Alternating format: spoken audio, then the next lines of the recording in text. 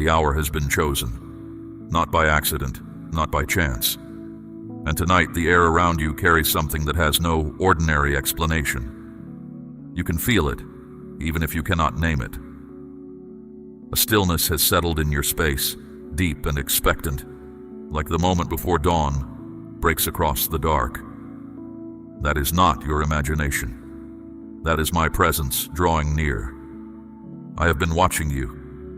Every step you have taken, every road you have walked when the weight felt unbearable, every night you lay down without answers and still rose the next morning to try again. I have seen all of it.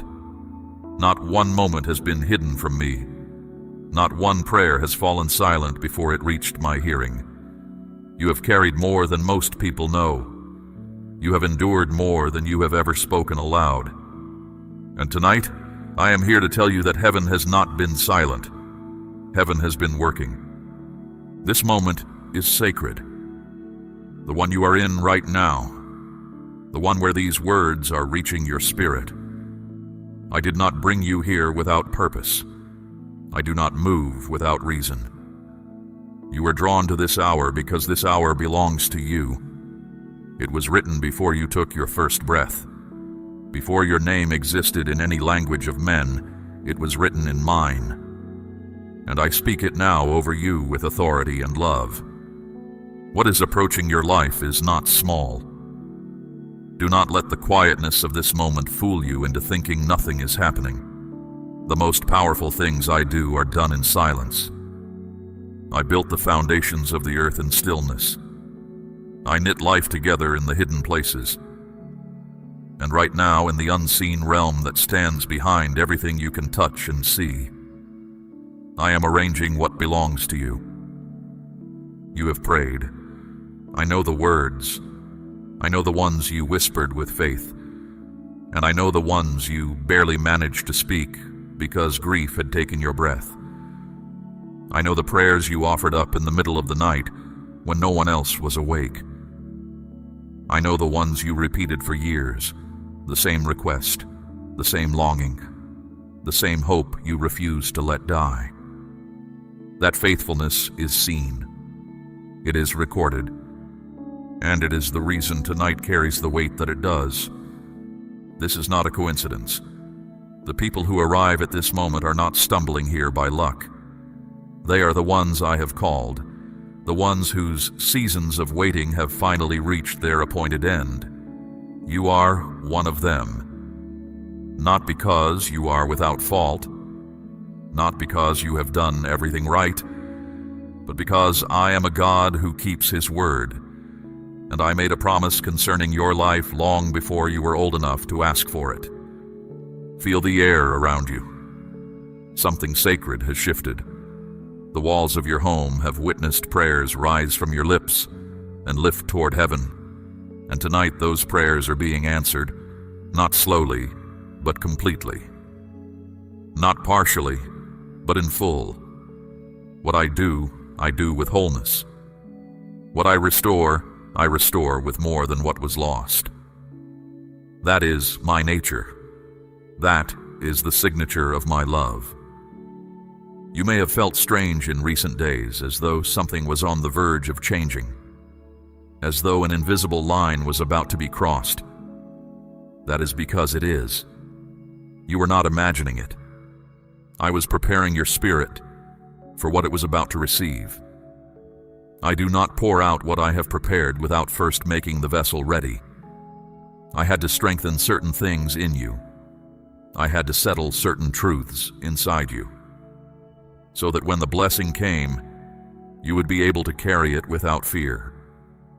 Do not dismiss what you are sensing tonight. The peace that is beginning to settle over you, the warmth you may feel in your chest, the unusual calm that seems to have no human explanation. These are signs, not of superstition, but of presence. My presence does not announce itself with noise and spectacle. It arrives the way dawn does, quietly, until the darkness has no choice but to give way. And that is exactly what is happening now. You are standing at the beginning of something new, the life that has felt stalled, the dreams that have sat waiting, the healing that has seemed just out of reach. This is the hour where all of it begins to move again. I have heard every word you have ever spoken to me in private, and my answer is not delayed anymore. Tonight, my hand moves on your behalf, and nothing in heaven or earth can stop what I have ordained to be released into your life. So draw in a slow breath right now. Let your shoulders drop. Let the tension you have been carrying begin to loosen. You do not need to carry it into this hour. This hour is mine, and in mine, there is room only for faith and for the sound of what is coming. There are things I see from where I stand that you cannot yet see from where you are. I see the end from the beginning. I see the completed picture when you are still looking at scattered pieces. What I see when I look at your life tonight is a turning, a door swinging open, a season that has been sealed finally breaking free. Something of great weight and great goodness is on its way. You have waited long enough for it. And tonight, the wait is over. Hear me now. The limit you set on what I can do does not change what I have already decided. My plans for you are not canceled by your disappointment. My promises are not weakened by the passage of time. They are alive. They are moving. And in this sacred hour, they are arriving. I want to speak to the waiting you have known. Not the surface kind of waiting where a few weeks pass and the answer comes. I mean the deep kind. The kind that stretches across seasons. The kind that makes you wonder if you have been forgotten. The kind where you watch others receive what you have been believing for, and you smile for them while quietly wondering when your turn will come. I know that waiting, and I need you to understand something about it. That waiting was not a punishment. It was never evidence of my rejection. Every day you waited was a day I was building in the unseen what needed to be strong before it appeared in the seen. The roots of a tree grow long before the branches rise. You cannot see root work, but without it, nothing that rises will stand. I was doing root work in your life, deep, hidden, necessary work that no human eye could observe, and it was never wasted. You cried. I know. There were nights the tears came without warning, and you sat with grief you did not know how to name. There were mornings you had to choose to keep going when every feeling in you said there was no point. I watched every one of those moments. I was not distant. I was not looking away. I was closer to you in those moments than the air around you. My heart was moved by what you carried, and I kept record of every silent act of faith you performed. Faith does not always look like confidence. Sometimes faith looks like getting up one more time. Sometimes faith looks like praying a prayer you do not feel, because you have chosen to trust something beyond your feelings. Sometimes faith looks like holding on with bleeding hands and refusing to let go of what I placed in your heart. That is the faith that moves me most, the quiet, persistent, painful kind. And that is exactly the kind you have walked in. You did not give up on me. You could have. There were reasons to walk away. The answers did not come on your schedule. The pain was real. The silence was long. And still, you stayed. Still, you spoke my name. Still, you believed that what I promised would come to pass. That is not a small thing. That is the testimony of a soul that has been proven, and I do not take it lightly. In the book of Job, a man lost everything he had in a single season of storm. He had done nothing wrong.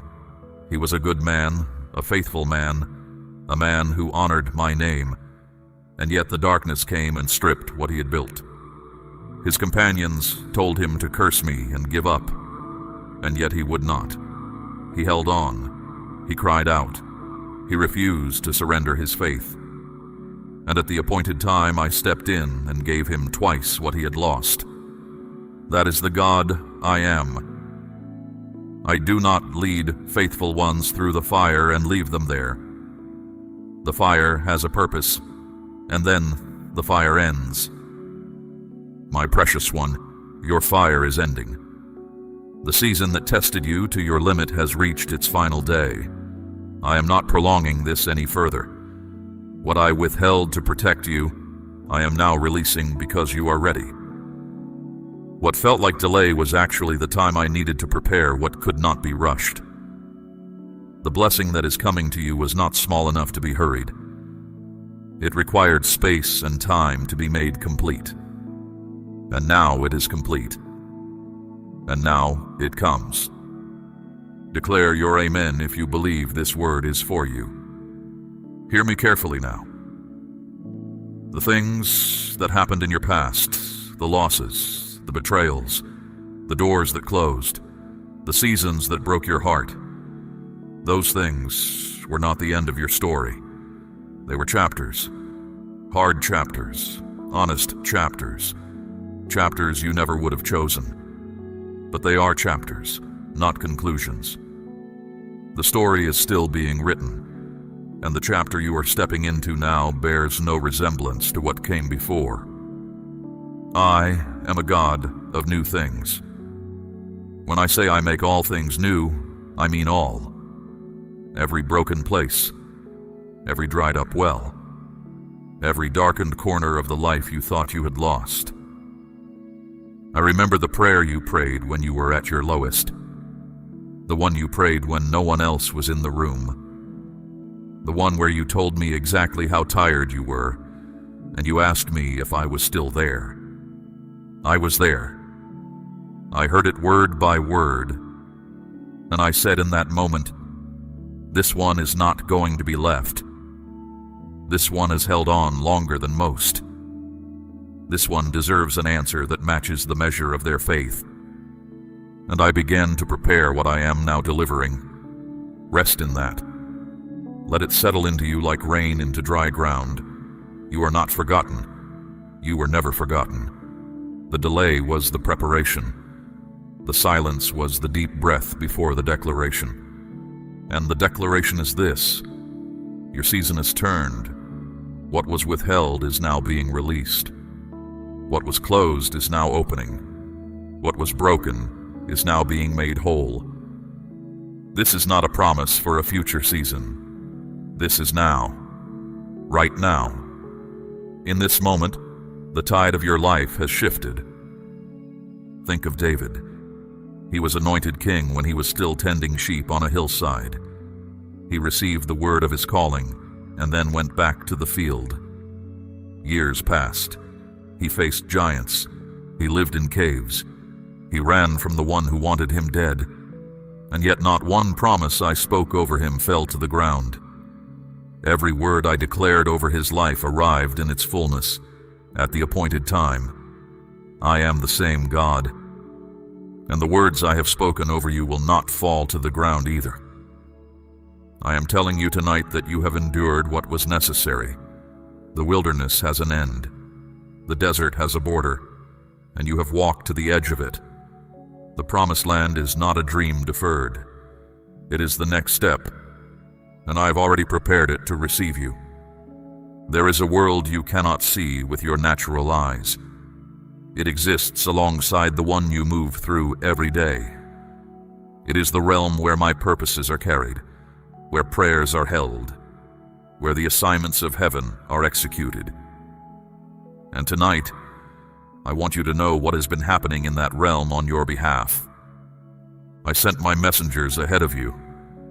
Long before this hour arrived, I dispatched heaven's servants to your path.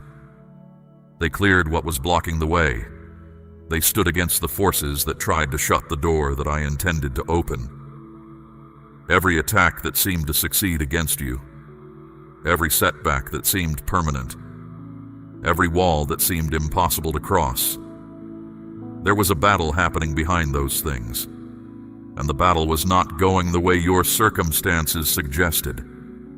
Heaven was winning. Heaven was always winning. The enemy of your soul made calculations about your life. He studied the patterns of your pain and concluded that you were broken beyond recovery. He decided that if he struck in the same places enough times, your faith would finally collapse. He measured the length of your waiting and assumed that silence would eventually hollow out your trust. He was wrong. He underestimated you, and he underestimated me, because I was watching over you and I never allowed what was sent against you to be more than you could bear. My promise to you has always been this: the trial will not exceed the one who faces it. I calibrate. I do not let my children be overwhelmed beyond what my strength inside them can sustain. Every time the pressure intensified, so did my grace over your life.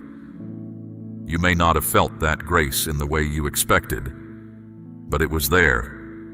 It held you when you thought you were falling. You are still standing. That is not an accident. Many people have faced what you have faced and did not come through it with their faith intact. You did. You are here. You are still holding on to what I placed in your heart. That is evidence of my grace operating in you. You did not do it alone. I kept you. I protected something in you that the darkness tried again and again to extinguish, and it never went out. Say yes if this word is reaching your spirit right now. Now hear this.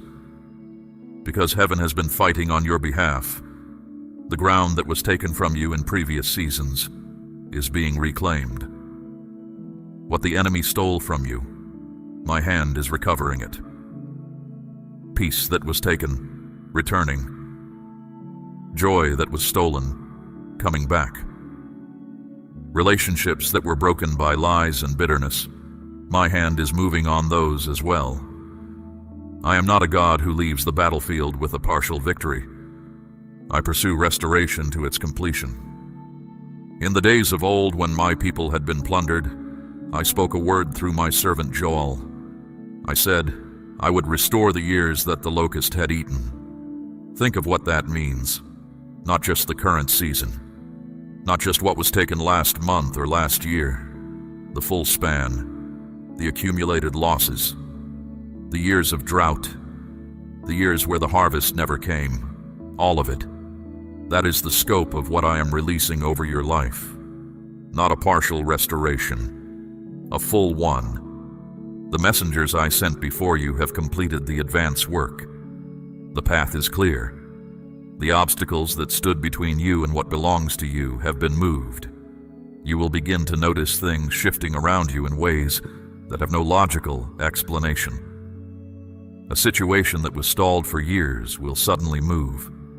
A door that was firmly shut will open without warning. An opportunity will present itself that seems to come from nowhere. Those are not coincidences.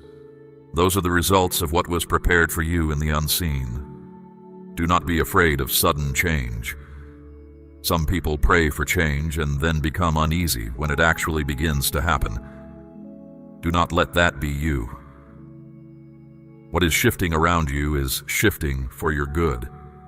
Every rearrangement is intentional. Every unexpected development is part of what I have designed. Trust the movement. Trust the process. Trust the God who is doing the moving. I am bringing back what you thought was gone forever. I am opening up what you had stopped hoping for.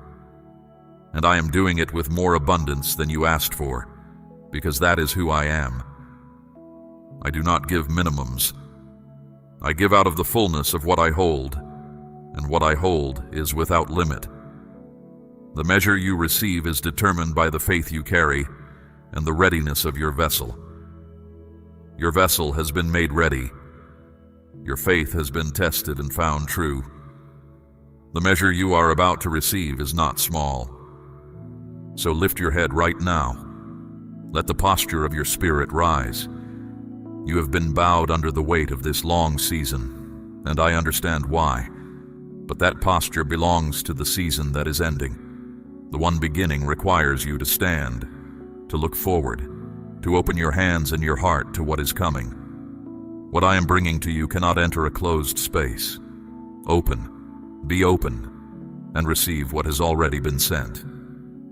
My servants have been stationed around your home, not as a symbol, in truth. They are there, the place where you rest and rise, the place where your prayers have been spoken. That place carries the weight of heaven's attention tonight. It has been marked. There is an invisible covering over the roof above you, over the threshold you walk through, over the ground beneath your feet. Heaven has claimed your dwelling as a place of divine exchange. What leaves tonight is the weight. What enters is the promise, and the trade is permanent. Now I want to speak to you about what it means to sow in faith. Throughout history, my greatest movements have always been preceded by an act of trust that looked foolish to human logic. Noah built a vessel for a flood that had never come before. Abraham raised a knife over the thing he loved most.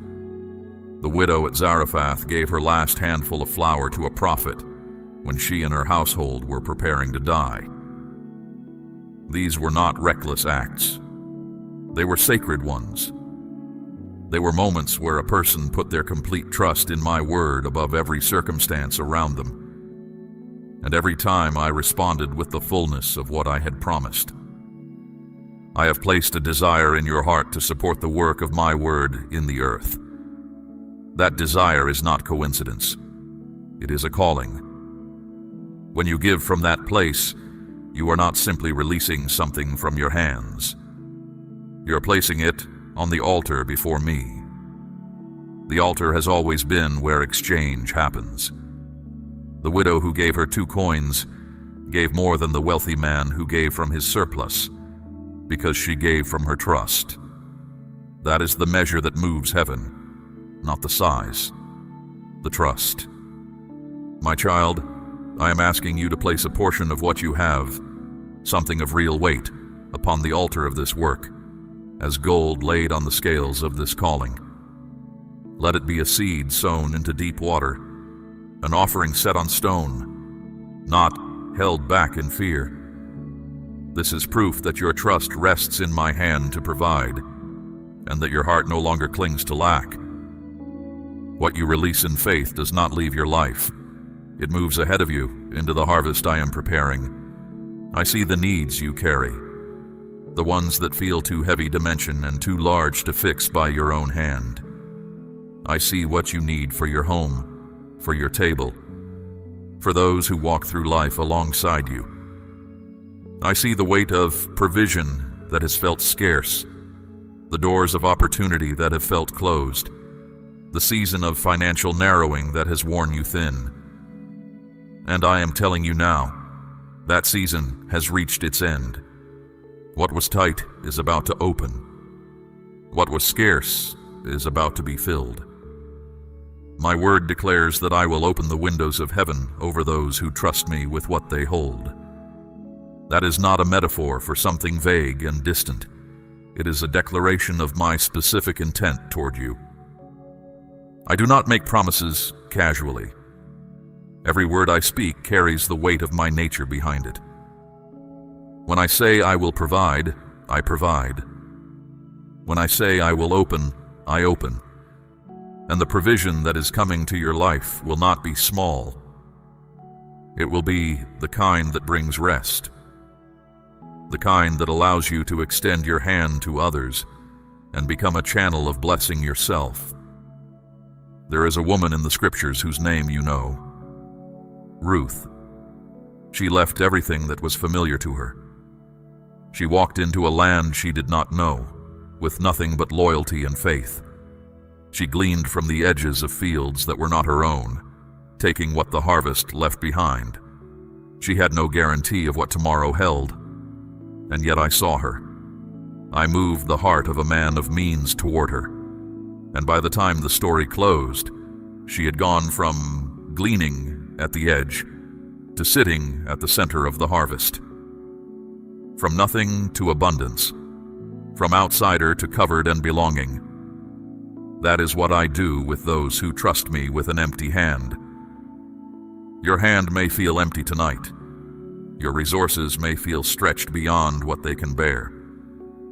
But what you offer in faith is multiplied in my hands.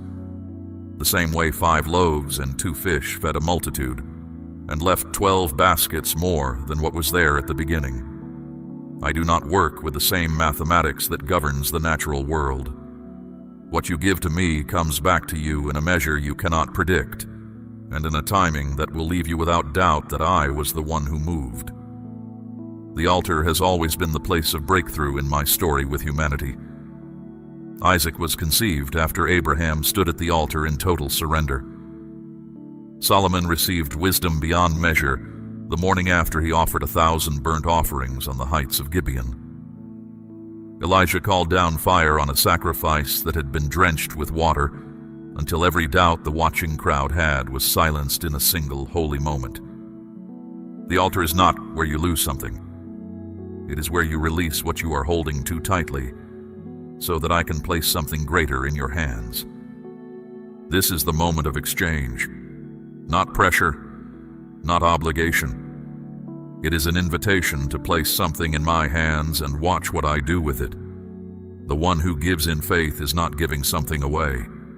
They are planting, and everything that grows from that planting belongs to them. This is the law of my kingdom. It has never changed. It will not change for you. So if your heart is stirred right now, let that stirring be your guide. I do not manufacture false urgency. What you feel in this moment is real. It is the pull of purpose meeting the call of faith. And when you respond to it, you are not just sowing a seed. You are aligning yourself with the current of my generosity. That current carries no lack. It carries no limit. It carries only the abundance that flows from a heart that is unlimited and a hand that is open toward you. I said in my word, give and it will be given to you. Pressed down, shaken together, running over, poured into your lap. That is the return I promise to those who give in faith. Not a trickle, not a partial measure, an overflow. And an overflow is exactly what your life is about to experience. My beloved, I want to talk to you now about what this miracle actually looks like when it arrives. People sometimes expect the sky to split open, a voice like thunder to shake the walls, fire to fall from above. Those things have happened in my history with humanity, and they carry weight. But most of what I do arrives differently. It arrives quietly. It arrives with the texture of the ordinary, and then suddenly the ordinary is transformed into something you cannot explain. It may arrive as a thought that gives you a direction you had not considered. A thought so clear and so settled that you know it did not originate in you. It may arrive as a message from someone you had not heard from in some time, carrying words that open something you had stopped trying to open. It may arrive as a feeling of peace so complete that the thing which has been keeping you awake at night suddenly loosens its grip. You will know it is mine because it will carry peace rather than fear. Everything I bring to you comes with peace as its signature. Declare I receive this if your heart is open to what I am releasing tonight. The miracle does not always announce itself loudly. Sometimes it is a door opening in a situation that was sealed for years. Sometimes it is a burden lifting from your chest at 3 a.m, and you fall into the deepest sleep you have had in months. Sometimes it is a kindness from a stranger that carries the exact word you needed at the exact moment you needed it. These are not small things. These are the fingerprints of my hand on the surface of your life. Do not minimize what seems small. The greatest breakthroughs in the stories of my people often began with something quiet. A still small voice to a prophet who was hiding in a cave. A burning bush at the edge of a shepherd's field. An angel's greeting to a young woman in an ordinary house in an ordinary town. I work in the small and quiet, and then the small and quiet becomes the hinge on which the whole story turns. Your healing is one of those things. Not just the healing of your body, though I am attentive to that as well. I mean the deeper healing. The healing of how you see yourself. The healing of the places where rejection left a mark. The healing of the wounds that were carved into you by people who should have been safe. Those places are not hidden from me. They are the very places my hand is moving toward tonight, pressing gently, restoring carefully, making whole what was fractured. I do not rush healing. I am thorough. I do not want you to be almost whole. I want you to be completely whole. And the work I do tonight is the beginning of that completion. Some of it will happen in a moment. Some of it will unfold over days and weeks as you begin to notice that the old ache has gone quiet. As you begin to notice that a name or a memory that used to cause pain is no longer sharp.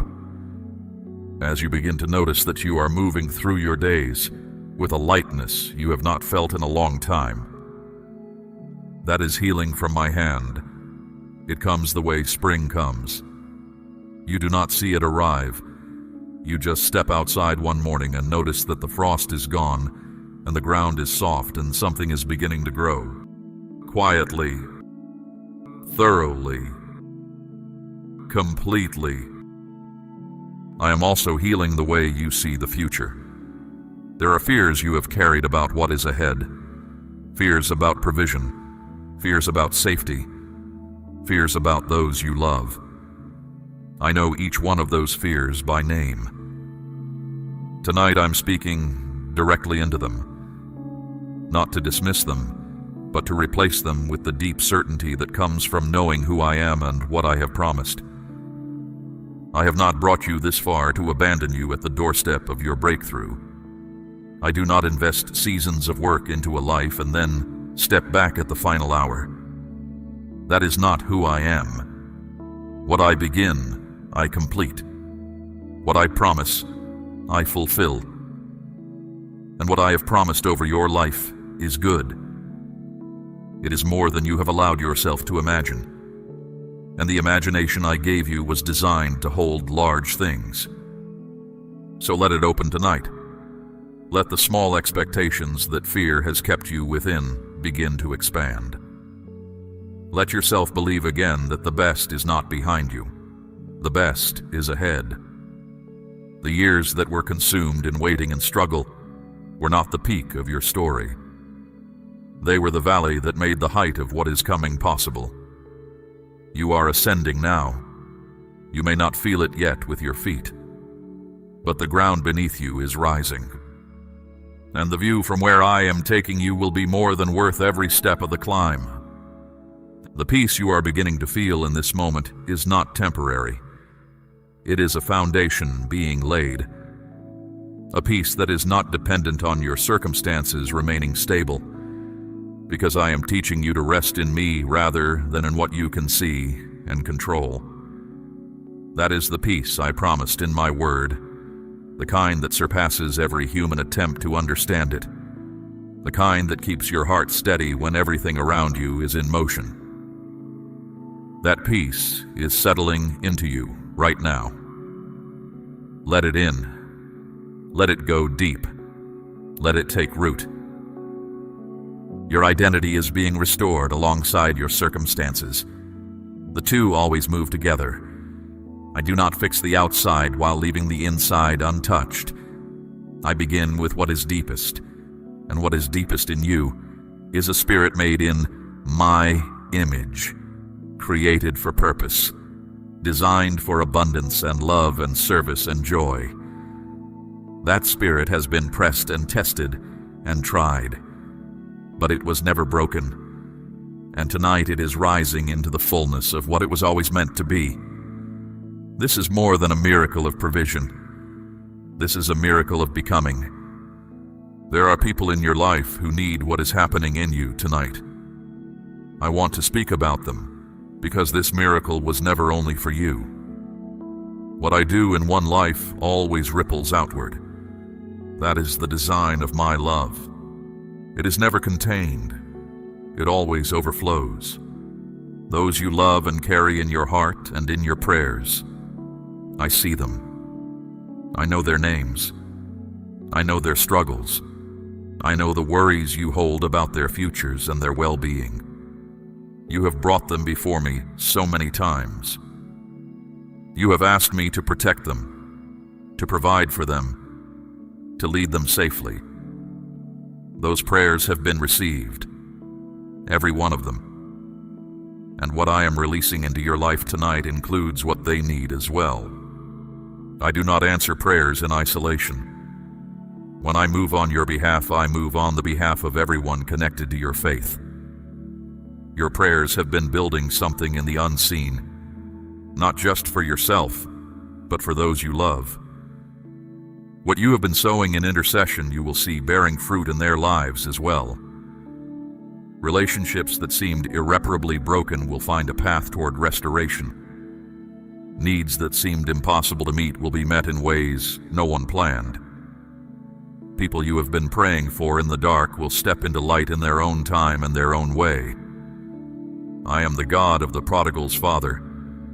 I am the one who watched the road and ran when I saw the returning figure in the distance. That is how I love those you carry in your prayers. I am already watching for their return. I am already preparing the welcome. Your faith has been the prayer that kept the road open, and I will honor it. I want to speak now about the relationships in your life that have been marked by pain. Betrayal has a particular kind of sting. When it comes from someone you trusted, someone you opened yourself to, the wound goes deeper than ordinary hurt. I know you have carried some of those wounds. I know the names of those who caused them. And I am not asking you to pretend the pain did not happen. I am not asking you to act as though what was done was acceptable, but I am asking you to release it into my hands. Because what they intended for harm, I can turn to good. That is not a hollow promise. I proved it in the life of Joseph, a man thrown into a pit by his own brothers, sold to strangers, falsely accused and imprisoned. Years of injustice, years of waiting in a darkness, not of his making. And yet, not one word I had spoken over his life was canceled by the cruelty of others. At the appointed time, every promise was fulfilled. And when he stood before the brothers who had wronged him, he was able to say, "You meant this for evil, but God meant it for good." That is the testimony I am writing over your life. What was meant to destroy you did not succeed. What was meant to end your story became part of the plot that leads to the most powerful chapter. The enemy of your soul thought he was writing the conclusion. He was only setting up the context for my intervention. Let go of the weight of what was done to you, not because it did not matter, but because carrying it is costing you something you need for where you are going. The strength that has been tied up in holding on to old wounds is being freed tonight. And that freed strength will be redirected toward the future I have prepared. You need every bit of it for what is ahead. And what is ahead is worth everything. Speak this aloud if you are ready to walk forward into what I have prepared for you. I want to tell you something about the people you will encounter in this new season. They will not all look like what you expected. Some of the greatest instruments of blessing in your life will arrive unannounced. They will come without the credentials you thought you were looking for, from directions you were not watching. Stay attentive. Stay open. Do not disqualify what I send because it does not match the picture you had imagined. My provision often arrives in the disguise of the unexpected. There will also be those whose time in your life has come to a natural close. The shifting that is happening around you will make some separations feel clear and right. and you will know in your spirit that they are necessary. Do not resist them. Not every person who has walked with you through the wilderness is meant to walk with you into the promised land. Some were companions for a season. Honor that season. Release them with peace, and trust that what I bring in to replace what departs will exceed what was there before. Your circle is being refined, not reduced. What appears to be a narrowing is actually a deepening. The relationships that remain and the ones that arrive will carry greater purpose, greater loyalty, and greater love than what the former season held. Quality is rising where quantity is decreasing. And in that rising, you will find the connection and belonging you have been longing for. This is restoration at every level, not just the outside circumstances being set right. The whole of your life, the inside and the outside, the private and the visible, the emotional and the practical. I am a thorough God. I leave nothing unattended. Not one part of you has been overlooked. Every dimension of your life is included in what I am doing. The word the prophet Isaiah carried said that I would give beauty for ashes, the oil of joy for mourning, the garment of praise for the spirit of heaviness. That is not poetry for its own sake. That is a precise description of the exchange I make. Ashes are what remains when fire has passed through. They are the evidence of what was lost. And I take even that, even the evidence of the worst of what happened, and I exchange it for beauty. So, the very thing that should be the reminder of your pain becomes the foundation of your testimony. I do not waste even the ashes. My precious child, we have walked a long road together, you and I. I have seen every version of you, the one who was full of hope and the one who was barely holding on, the one who ran toward me and the one who was too exhausted to move. I have known every corner of you, and I have never once stepped back. You have never been too broken for my love or too lost for my reach. That has always been true, and it will always be true. The new season you are stepping into is not a reward for perfection. It is a gift given in love by a Father who sees not just who you are right now, but who you are becoming. I see the whole of you across all of time. I see the courage that is still forming in you. I see the capacity for compassion that is deepening in you because of what you have walked through. I see the wisdom being laid in you like a slow and patient river, carving its channel through stone. You are not finished. You are being completed. And what is being completed is magnificent. I want you to understand something about the anointing that is resting on you now. Anointing is not something you earn by achieving a standard. It is something I place on a life that I have chosen to carry, my purposes into the world. Moses was anointed in the burning bush in the middle of the wilderness, not in the palace. David was anointed on a hillside, standing in the smell of sheep before anyone knew his name. Gideon received his calling while hiding in a winepress, afraid and unseen. I do not wait for you to arrive at a polished, confident version of yourself before I anoint you. I anoint you in the middle of where you are. And the anointing does the transforming.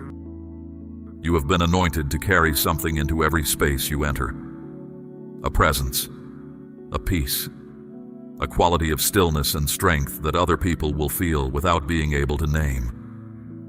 Rooms will shift when you walk into them, not because of who you are in yourself, but because of who I am in you.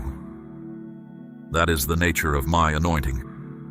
It moves outward from the vessel. It touches what you touch. It speaks through your words without you having to try to make it happen. It is given. It is permanent. It is already at work. People will come to you in the days ahead who are standing in the places you have stood. They will carry the same weight you carried, asking the same questions you asked. And you will be able to look them in the eye and tell them with the authority of lived experience that it is true, that the silence breaks, that the waiting ends, that the God who promises is the God who delivers. Your testimony will be the evidence someone else needs to hold on for one more day. And I trusted that responsibility to you on purpose. Share what I have done in you, not to perform, but because living water is meant to flow. Every word of hope you speak out of what you have received will carry the authority of heaven behind it. It will not just be words, it will be truth, confirmed by experience. And truth confirmed by experience is the most powerful thing you can offer another soul. The light that has entered your life in this hour will not fade when morning comes. It is not a feeling that rises and falls with your circumstances. It is a settled truth, a covenant reality, a promise sealed in my own nature. You are seen. You are known. You are loved without limit. You are covered by a grace you did not earn and cannot lose. You are moving into a season where that truth becomes visible, not just to you, but to everyone around you. Do not return to the old way of seeing yourself. Do not pick up the old measurements and apply them to who you are now. That version of you is behind you. The one walking forward carries something different, carries the mark of what I have done, carries the peace that endures, carries the authority that comes from having been through the fire and walked out the other side. You are different now.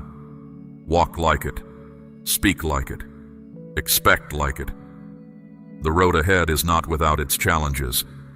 I will not pretend to you that every day from here will be easy. But I will tell you this with certainty. You will not walk any of it alone. I will be before you on the road, preparing what you have not yet encountered. I will be behind you, guarding what you have already passed through. I will be beside you in the moments that feel impossible. And I will be within you, providing the strength that surpasses what you could generate on your own. You are surrounded. You are accompanied. You are never, not even for a single breath, on your own. Let what has been spoken settle into the deep places. Let it become the ground you stand on rather than the thought you think. Truth heard is good. Truth inhabited is transformation. I am not giving you a temporary lift. I am building something permanent in you. And what I build, no storm can take down. Rest now in what is yours. The miracle is not coming. It has arrived. The blessing is not on its way. It is here, in this moment, in this breath, in the quiet certainty that has been growing in you as these words have reached your spirit. This is your turning point. This is your hour, and I have been saving it for you. My beloved, go now and carry the light that has touched you tonight into every corner of your life. Speak it to those who need it. Live it in front of those who are watching. And when you look back from the place where I am bringing you, you will see that this was the night where everything changed. Say amen and receive it, because what I have spoken over your life today is already done. We run on viewer support only. For exclusive member-only content, scan the QR or see the pinned comment. God bless you.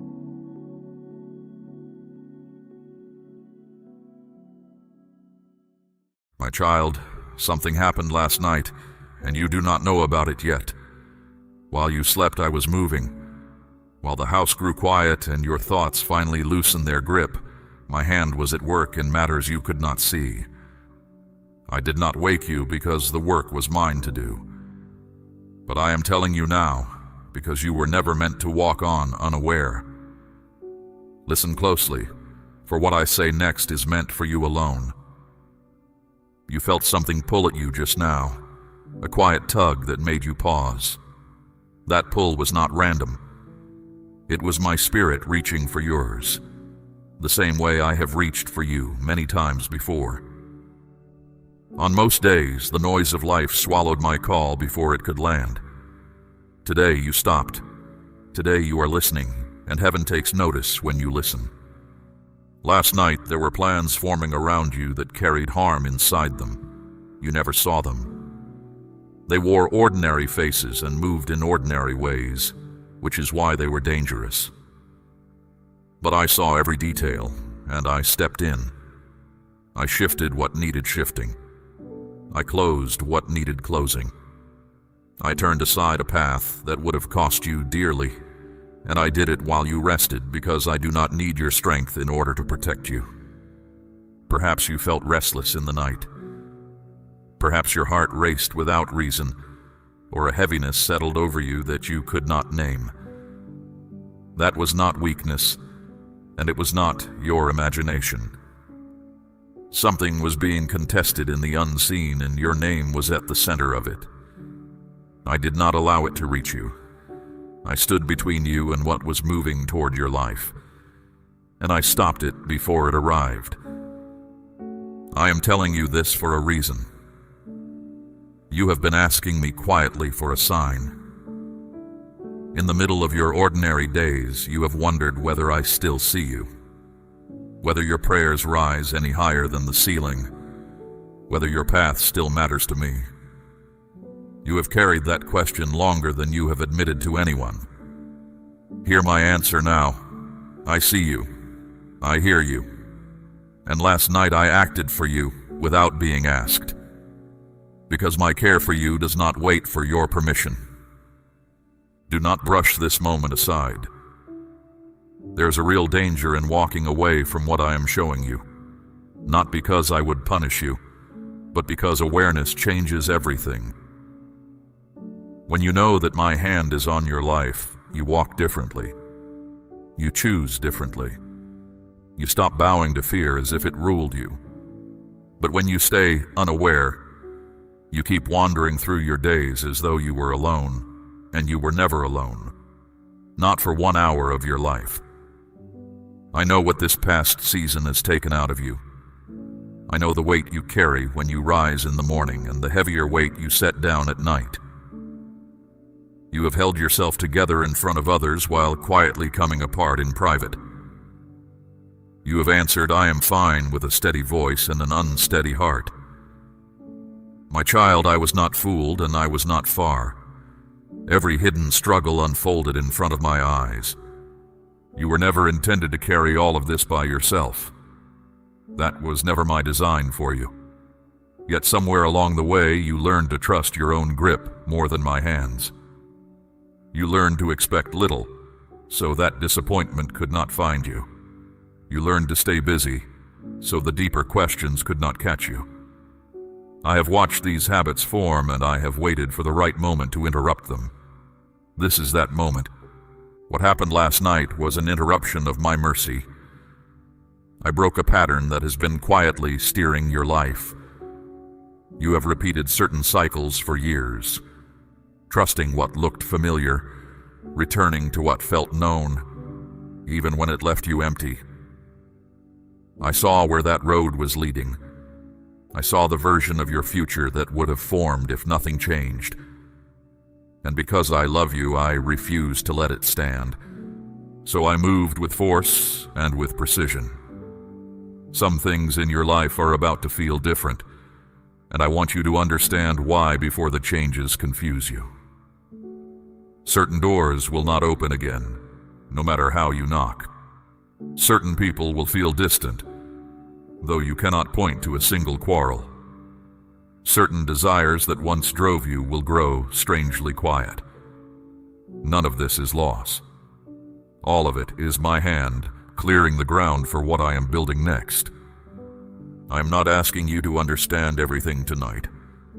I am asking you to stay with me through these words, because each truth I speak will build on the one before it.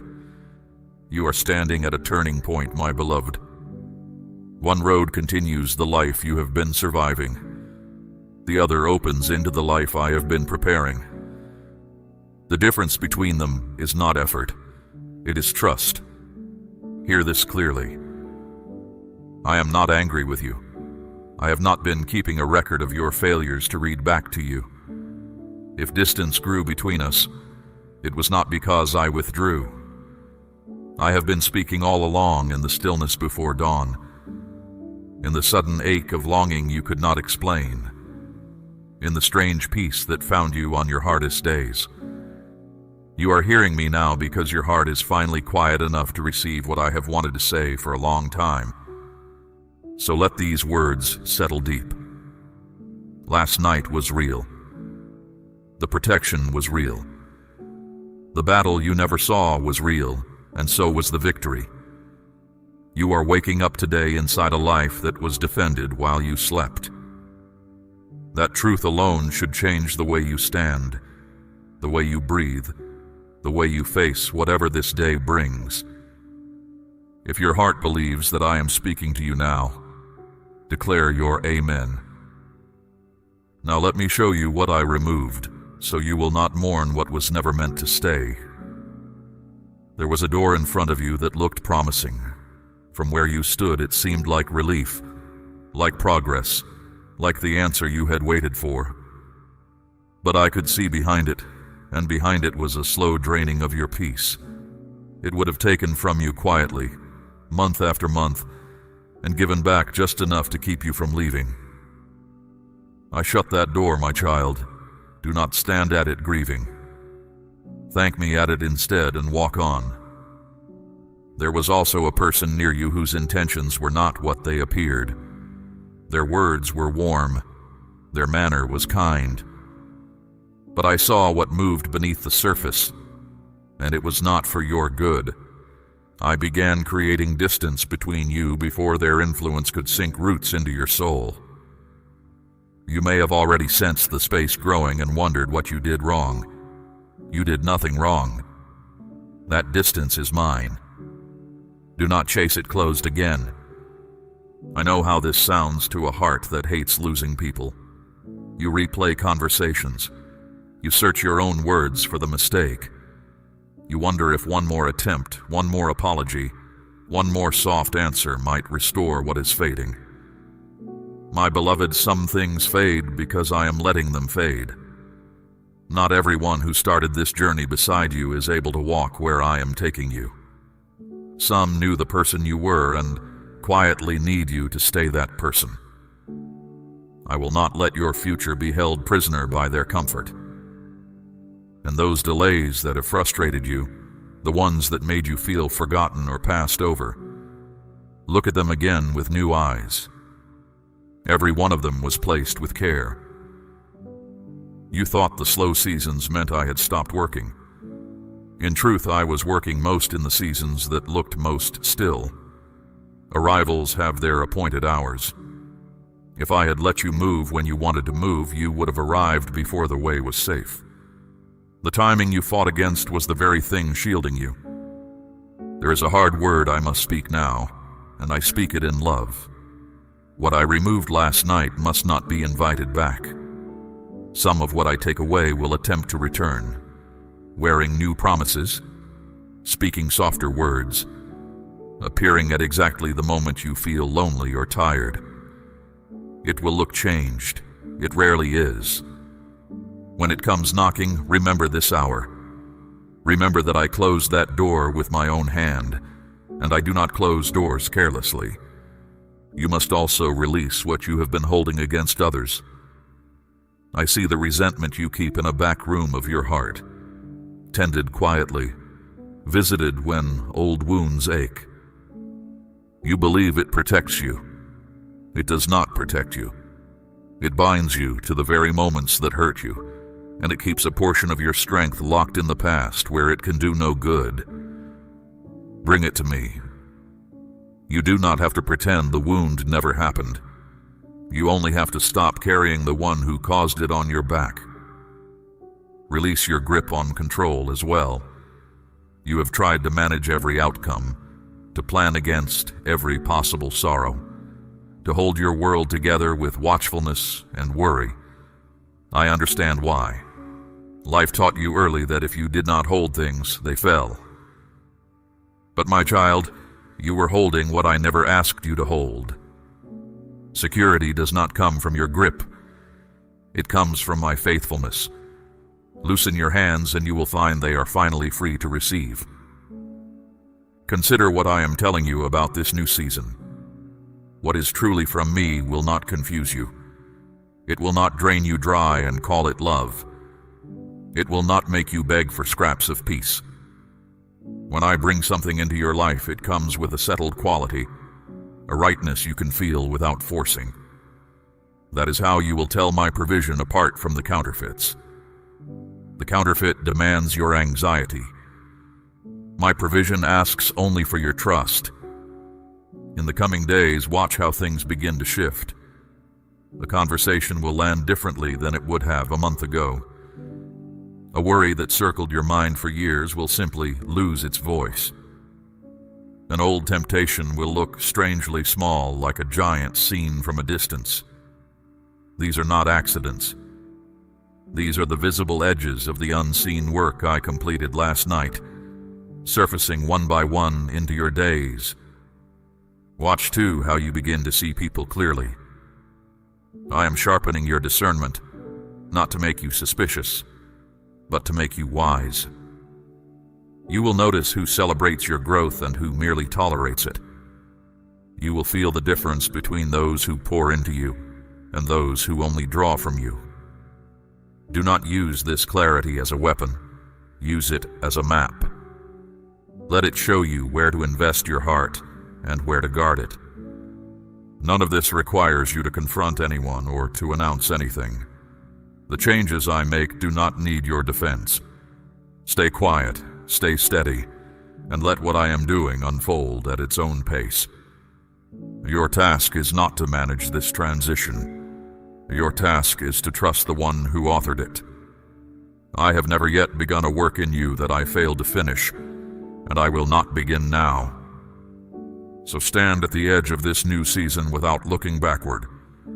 What lies behind you had its time. Some of it taught you. Some of it wounded you. All of it has now released you, whether it meant to or not. The road ahead is cleaner than the road behind because I have swept it myself. Walk it without dragging the past behind you like a chain. If you trust my hand over what stays and what goes, let your amen rise now. Now I must speak to you about the divided place where you have been living. Part of you leans toward me. Part of you keeps one hand on the old life just in case. You pray, but you also hedge. You believe, but you also brace for disappointment. My child, I have honored your freedom through every season of this wavering, but I will not pretend it costs you nothing. A divided heart receives a divided portion. There are blessings assigned to your name that have waited, not because I withheld them, but because they require both of your hands, and one of yours has been full. I am not asking for a corner of your life. I am asking for the whole of it. Not because I hunger for control, but because halfway surrender produces halfway peace. And I want you whole. Think of what you have gained from the things you trusted instead of me. The busyness gave you no rest. The approval of others fed you for an evening and left you hungry by morning. The careful plans could not hold back a single storm. You have tested every other refuge. I am the only one that has never fallen.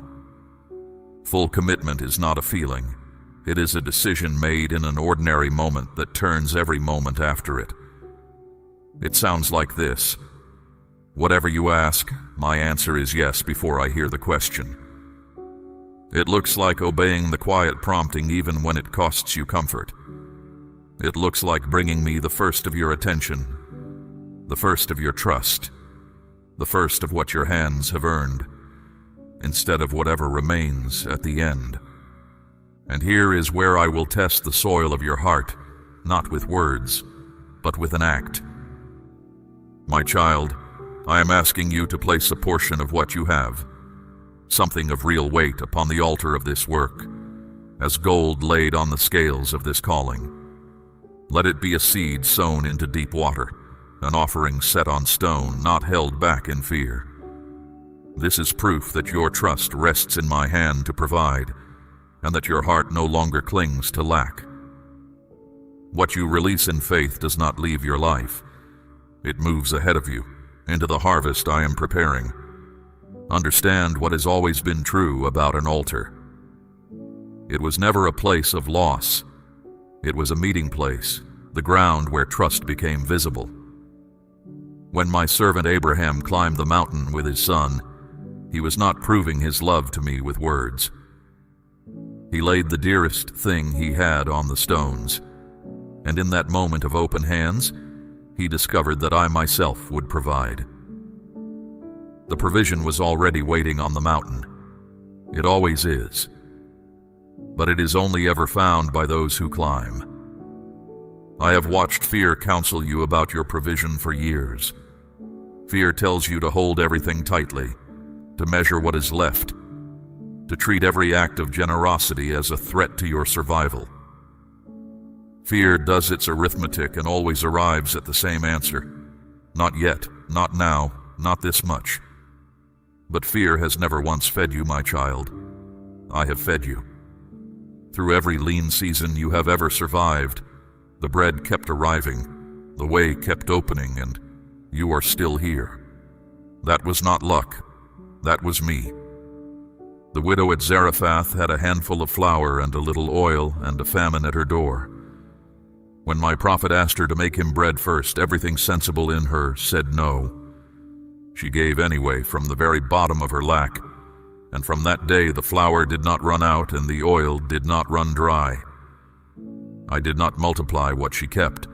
I multiplied what she released. This is a law of my kingdom that the fearful never discover. The seed held in the hand stays a seed forever. Only the seed that leaves the hand becomes a field. So examine what you are still gripping and ask yourself an honest question. Is it provision, or has it quietly become a substitute for me? Whatever you cannot release has begun to rule you. I do not want your resources nearly as much as I want your freedom, and this is the narrow door to it. When your hands learn to open, your whole life learns to open. Trust moves from being a word you say to a weight you have actually placed somewhere. After the releasing comes the receiving, and I want you to receive without guilt. You have sometimes treated your own hopes as if they were greedy, as if wanting a full life offended me. It does not offend me. I planted those hopes. The harvest I am preparing for you is not a bare survival. It is enough and then more than enough, so that your life becomes a channel and not a container. I bless you to make you a blessing. That has been the pattern since I first called Abraham out of his father's land. But hear me carefully.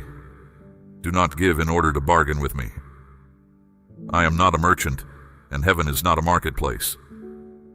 Give because you have decided fear will no longer sit in the counting room of your life. Give because you have finally believed that I am your source, and every other stream flows from that one river. The act matters because of what it breaks and what it declares, not because I need what is in your hand. The whole earth is already mine. What I am after, and what I have always been after, is your heart, resting at last in my faithfulness. This is the commitment I am drawing you into, complete and unhedged. Not a season of trying harder, but a life with both hands finally free. Everything I still intend to tell you tonight rests on this foundation, so let it settle in you before we go on. The one who asks for your whole trust is the same one who defended you in the dark last night while you slept. I have already shown you what my faithfulness looks like. Now I am inviting you to answer it with yours. There is something I have wanted to say to you for a long time, and it concerns the battles no one ever saw. Others looked at your steady face and assumed your life was easy. They saw you show up, keep your word, carry your load, and they never guessed what it cost. But I watched the hours behind the hours. I watched you lie awake doing quiet arithmetic with worries. I watched you gather yourself in small rooms before walking out to be strong for everyone else. None of it escaped me. Not one hidden hour. Heaven keeps a different ledger than earth keeps. Earth records the visible, titles, victories, applause. Heaven records the concessions no one thanked you for, the honest choice made when a dishonest one would have been easier, the forgiveness you extended before it was ever requested. By earth's ledger you may feel unremarkable. By mine you have been quietly faithful in ways that many celebrated people never were. I measure by the heart, and your heart has carried more weight with less complaint than you give it credit for. You held your ground when leaving would have been simple. You kept your principles when bending them would have paid better. You stayed kind in seasons that gave you every excuse to turn hard. Do you understand what that kind of endurance does in the unseen realm? Quiet, steady trust is not a small force. It unsettles darkness more than loud declarations ever could. The shadows do not fear noise, my child. They fear a soul that keeps believing in the dark. Think of iron in the forge. The smith does not hate the metal when he holds it in the fire. He is not punishing it. He is driving out the brittleness, the impurities, everything that would make the blade snap under pressure on the day it matters. Then comes the hammer, blow after blow, each one placed with intention. To the iron it must feel like ruin. To the smith, it is the making. You have been in that fire and you have felt those blows, and I will tell you what the smith could tell you. Nothing about this process has been careless. You are being made fit for use. The trials you walked through were never a verdict on your worth. Do not read your hardships as evidence that you are cursed or overlooked. Read them honestly. Some came from a broken world, some from the choices of others, some from the adversary's schemes against a life that threatens him. But mark this, all of them passed through my hands first, and everything permitted was measured. You were never given more than could be redeemed, and every ounce of it is being turned, even now, toward your strength and your usefulness. That is why the opposition against you grew loudest right before this hour. Have you noticed? The confusion thickened, the setbacks clustered together, the discouragement pressed in from every side at once. Darkness does not waste its effort on empty ground, my child. No one ambushes a wagon that carries nothing. The intensity of the resistance is itself a testimony to the weight of what you carry. The adversary is not fighting your past. He has read the direction of your path and it frightens him. So let me reframe the struggle you are in. The pressure you feel is not the sign of a closed heaven. It is the tremor that comes just before ground breaks open. When resistance rises to its loudest, it is almost always because a hold is slipping. Something that has claimed territory in your life senses its lease has ended. Its noise is not power, it is protest. The truly powerful do not need to shout, and I, who hold every outcome, am speaking to you in a calm and steady voice. And now the word I most want to leave in you. Stop trying to prove yourself. You have spent years auditioning for love that should have been given freely. You learned to earn your place, to justify your presence, to be useful enough that no one would leave. Set that burden down. Your worth was settled when I formed you, and no performance can add to it, and no failure can subtract from it. The people who require you to perform were never offering love. They were offering a wage. I kept some of your best work hidden from human eyes on purpose. You wondered why your faithfulness went unnoticed, why others were praised for less than you quietly did. Here is why. I would not let your soul learn to feed on applause. Recognition that comes too early makes a person hollow. They spend their lives chasing the sound of it. I was building in you something sturdier, a faithfulness that holds even when no one is looking, because that is the only kind that holds at all. You are stronger now than you have ever been, though you feel wearier than you have ever felt. Do not confuse tiredness with weakness. The soldier limping home from a won battle is tired. He is not weak. He is proven. Your weariness is the honest cost of battles that were real, and it will be restored to you. What was forged in you through all of it, the endurance, the discernment, the humility, the depth, that will not be taken from you. It is yours now, tempered and permanent. So lift your head, my precious child, not in pride, but in recognition of what has actually happened here. You went into the fire as one kind of person, and you are emerging as another. The next season will not require you to become someone new. It will simply give the person you have already become a place to stand. The making is nearly complete. What follows the forge is not more fire. What follows the forge is purpose. Now I must lift your eyes beyond your own doorstep, because the days ahead concern more than your private world. A season of shaking is approaching, and I want you prepared, not alarmed. Much that people have leaned on will prove unable to bear weight. Arrangements that seem permanent will bend. Certainties that were never true. Certainties will come apart at the seams.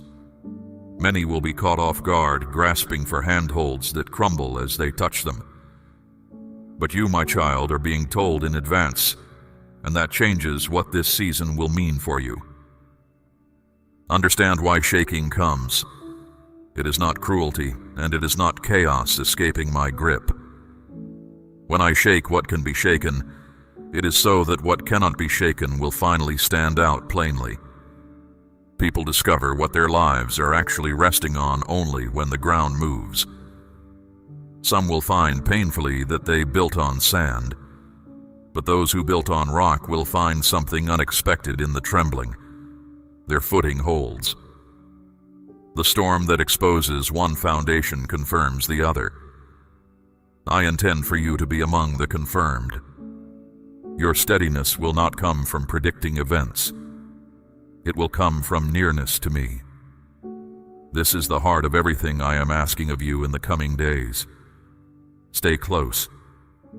Not close in the way of an occasional visit, but close in the way of a shared table, a daily walk, a conversation that never fully ends. Speak with me in the morning before the day makes its demands. Return to me in the evening with what the day left behind. Elaborate words are unnecessary. Come as a child comes to a father, plainly and often. When you live near to me like this, something forms in you that the world cannot manufacture, an inner quiet that does not depend on outer calm. While others are troubled, you will find your thoughts strangely composed. While others rush from one loud answer to the next, you will feel an unhurried knowing about which way to step. This is not because you are cleverer than they are. It is because you are listening to a voice that sees the whole road, while they navigate by the few feet in front of them. And I will guide you through this season in simple, practical ways. There will be moments when I prompt you to act quickly, and hesitation would cost you. This is why I have been sharpening your hearing. There will be moments when I hold you still while everything urges you to run, and your stillness will save you. Learn now, in the small things, to move when I say move and wait when I say wait. The one who obeys in quiet seasons does not have to guess in loud ones. Watch also for my confirmations along the way. When you are walking rightly, I will leave signs for you, not spectacles, but quiet alignments. A word arriving at the exact hour you need it. A stranger's sentence answering the very question you asked me in private. a provision appearing just as its need appears. Not sooner, not later. Collect these moments and remember them, because they will steady you in stretches where the path goes dark and you must walk by what you have seen before. Let me also caution you about voices in a shaking season. When ground trembles, prophets multiply, and not all of them carry my words. Fear will preach with great confidence. Panic will dress itself as wisdom. You will hear urgent voices insisting that all is lost and clever voices selling shortcuts out of the storm. Test every voice by its fruit. My voice steadies, it never stampedes. My voice convicts, but it never condemns. Anything that drives you by terror is not from me, no matter whose mouth it borrows. Guard your peace as a soldier guards a gate, because in the coming days, peace will be the scarcest treasure in circulation, and everything will try to tax it. Not every burden that asks for your shoulders should be lifted. Not every quarrel that invites you deserves your presence. Not every alarm that sounds requires your fear. You are permitted to be untroubled in a troubled hour. This is not indifference to the world. It is trust in the one who holds it.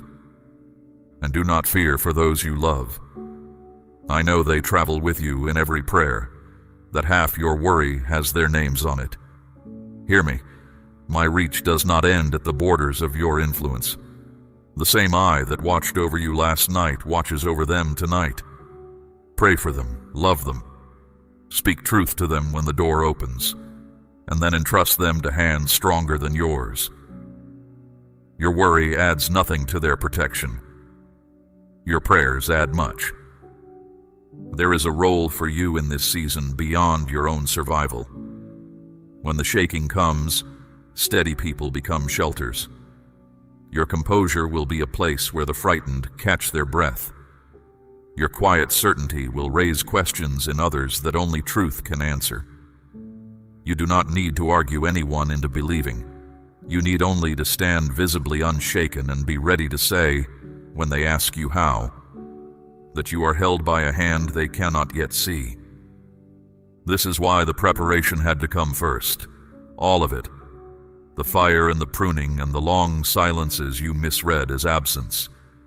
Shelters must be built before storms, not during them. Everything I have worked into you was measured against the weather I could see coming. You are not entering this season fragile, my beloved. You are entering it fitted, tested, and accompanied. Whatever the days ahead hold, they will find you standing, because the one who holds you does not let go. If you believe I will keep you steady through every shaking, speak your amen aloud.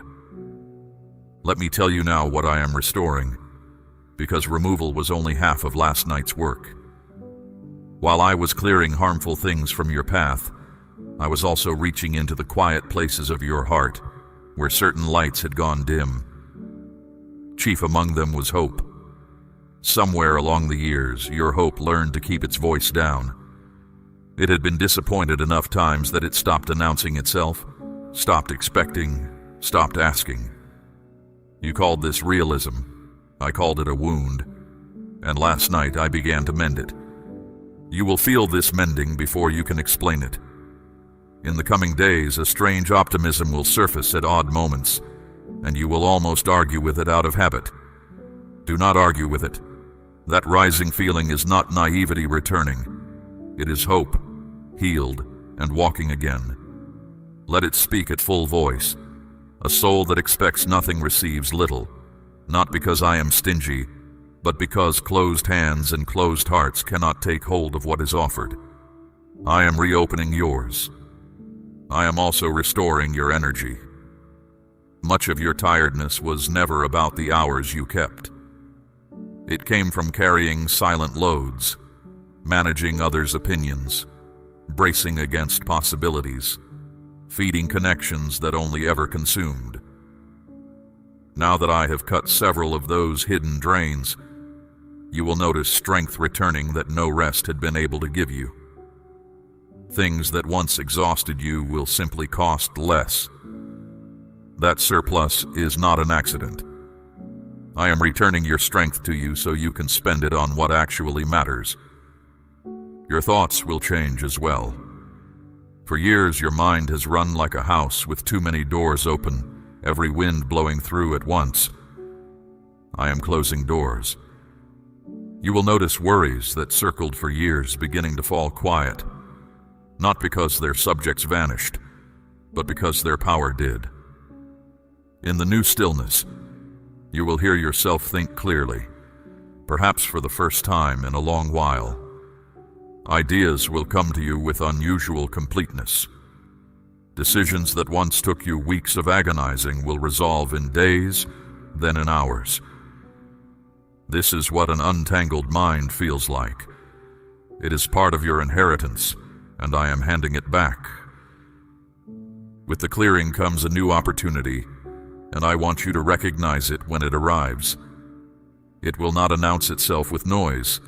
It will likely look modest at first, even ordinary, the way great things in my kingdom usually begin. A mustard seed does not look like a tree, but you will know it by its atmosphere.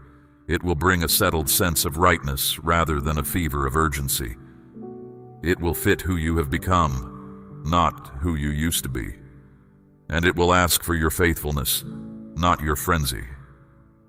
Here is the rule of discernment I want you to carry from this hour forward, because it will serve you for the rest of your life. What comes from my hand brings peace, even when it brings challenge. What comes from elsewhere brings agitation, even when it brings pleasure. My assignments may stretch you, but they will not fracture you. My doors may require courage, but they will never require you to abandon your conscience, silence your discernment, or become someone you are ashamed of. When you stand before any choice, consult the peace. It knows the way home. Do not be troubled if this opportunity ripens slowly. I build to last, and lasting things are not rushed. You have seen what becomes of sudden towers raised on shallow ground. That is not what I am building with your life. Every stage will come at its proper hour, and each stage will prepare you for the next. Your part is neither to push nor to drag your feet, but to keep pace with me. Walk when I walk, rest when I rest. The journey itself will teach you the rhythm. You will also find yourself wanting different things, and this may be the strangest change of all. Ambitions that once burned in you will cool, and you will wonder where they went. Simple things you once overlooked, quiet mornings, honest work, unhurried conversation, true fellowship, will begin to shine with unexpected weight. Do not mourn the old desires.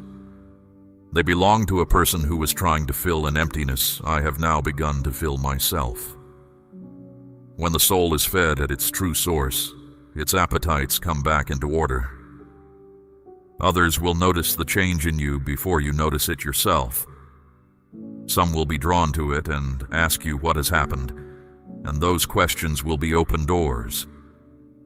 Others may grow uneasy around you because your peace disturbs their restlessness, and your freedom accuses their chains, though you say nothing at all. Do not soften yourself to comfort them. Do not perform your old self out of politeness. Let the change stand. It is not yours to apologize for. It is mine, and I put it there deliberately. And when the enemy attempts his old tricks, and he will attempt them, you will find his tools strangely blunted. The accusations that once pinned you to the floor will sound thin. The fears that once herded you like a shepherd will bark without teeth. He has not changed, my child. You have. A lie only rules where it is believed, and you are coming to believe truer things. Each day you walk with me, the old lies lose another finger of their grip. Receive all of this, the mended hope, the returning strength, the quieted mind, the reordered desires, as evidence of a single truth. I am not merely rescuing you from something. I am readying you for something. Rescue looks backward at the danger escaped. Readiness looks forward at the purpose approaching. Last night contained both. The harm was turned aside and the preparation was completed. In the same dark hours, by the same faithful hand. You are not simply safe, my beloved. You are appointed. And what you have been prepared for is nearer than you think. And now, my child, we arrive at the reason for all of it. The protection was not the point. The pruning was not the point. Even the restoration, sweet as it will be, was not the point. All of it was preparation for a purpose, and the purpose is this. Your life is meant to carry my light into places my name is rarely spoken. Not from some high seat of importance, but from the ground of your ordinary days. In the kitchen and the workplace, in the difficult conversation and the small act of unreasonable kindness, you are to be evidence that I am real. Do not shrink from that calling because you feel unqualified. I have never once chosen the qualified. I chose a stammering shepherd to confront a king. I chose a frightened farmer threshing wheat in a hidden place and called him a mighty warrior before he had won anything. I chose fishermen, tax collectors, and a persecutor on a dusty road. The pattern has never changed. I do not call the equipped. I equip the called. Your sense of insufficiency is not a barrier to my plan. It is nearly a prerequisite because the one who knows he is insufficient leans, and the one who leans is the one I can carry far. You belong to a scattered company, my faithful remnant. Souls in every land who have kept a living fire when the times blew cold. Most of them look as ordinary as you do. They are not famous. They hold no titles worth mentioning. But heaven knows each of them by name, and heaven knows you. In the season ahead, I will begin weaving some of these lives into yours. You will recognize them the way embers recognize each other, by warmth rather than by words. When you find them, hold to them. A lone coal cools quickly. Coals gathered keep a fire through the night. And to the ones already woven into your life, the ones you carry in prayer and lie awake loving, be to them what I have been to you this night. Not a preacher, a presence. When they stumble, be the hand that steadies without lecturing. When they doubt, be patient the way I was patient with your doubting. Some of them will find their way to me not through any argument, but through the unexplainable steadiness of your love. Let your life do the speaking. It is more persuasive than you know. I want to leave you with instructions simple enough to keep. Begin each day with me before you begin it with the world. Even a few unhurried moments will change the tone of everything that follows.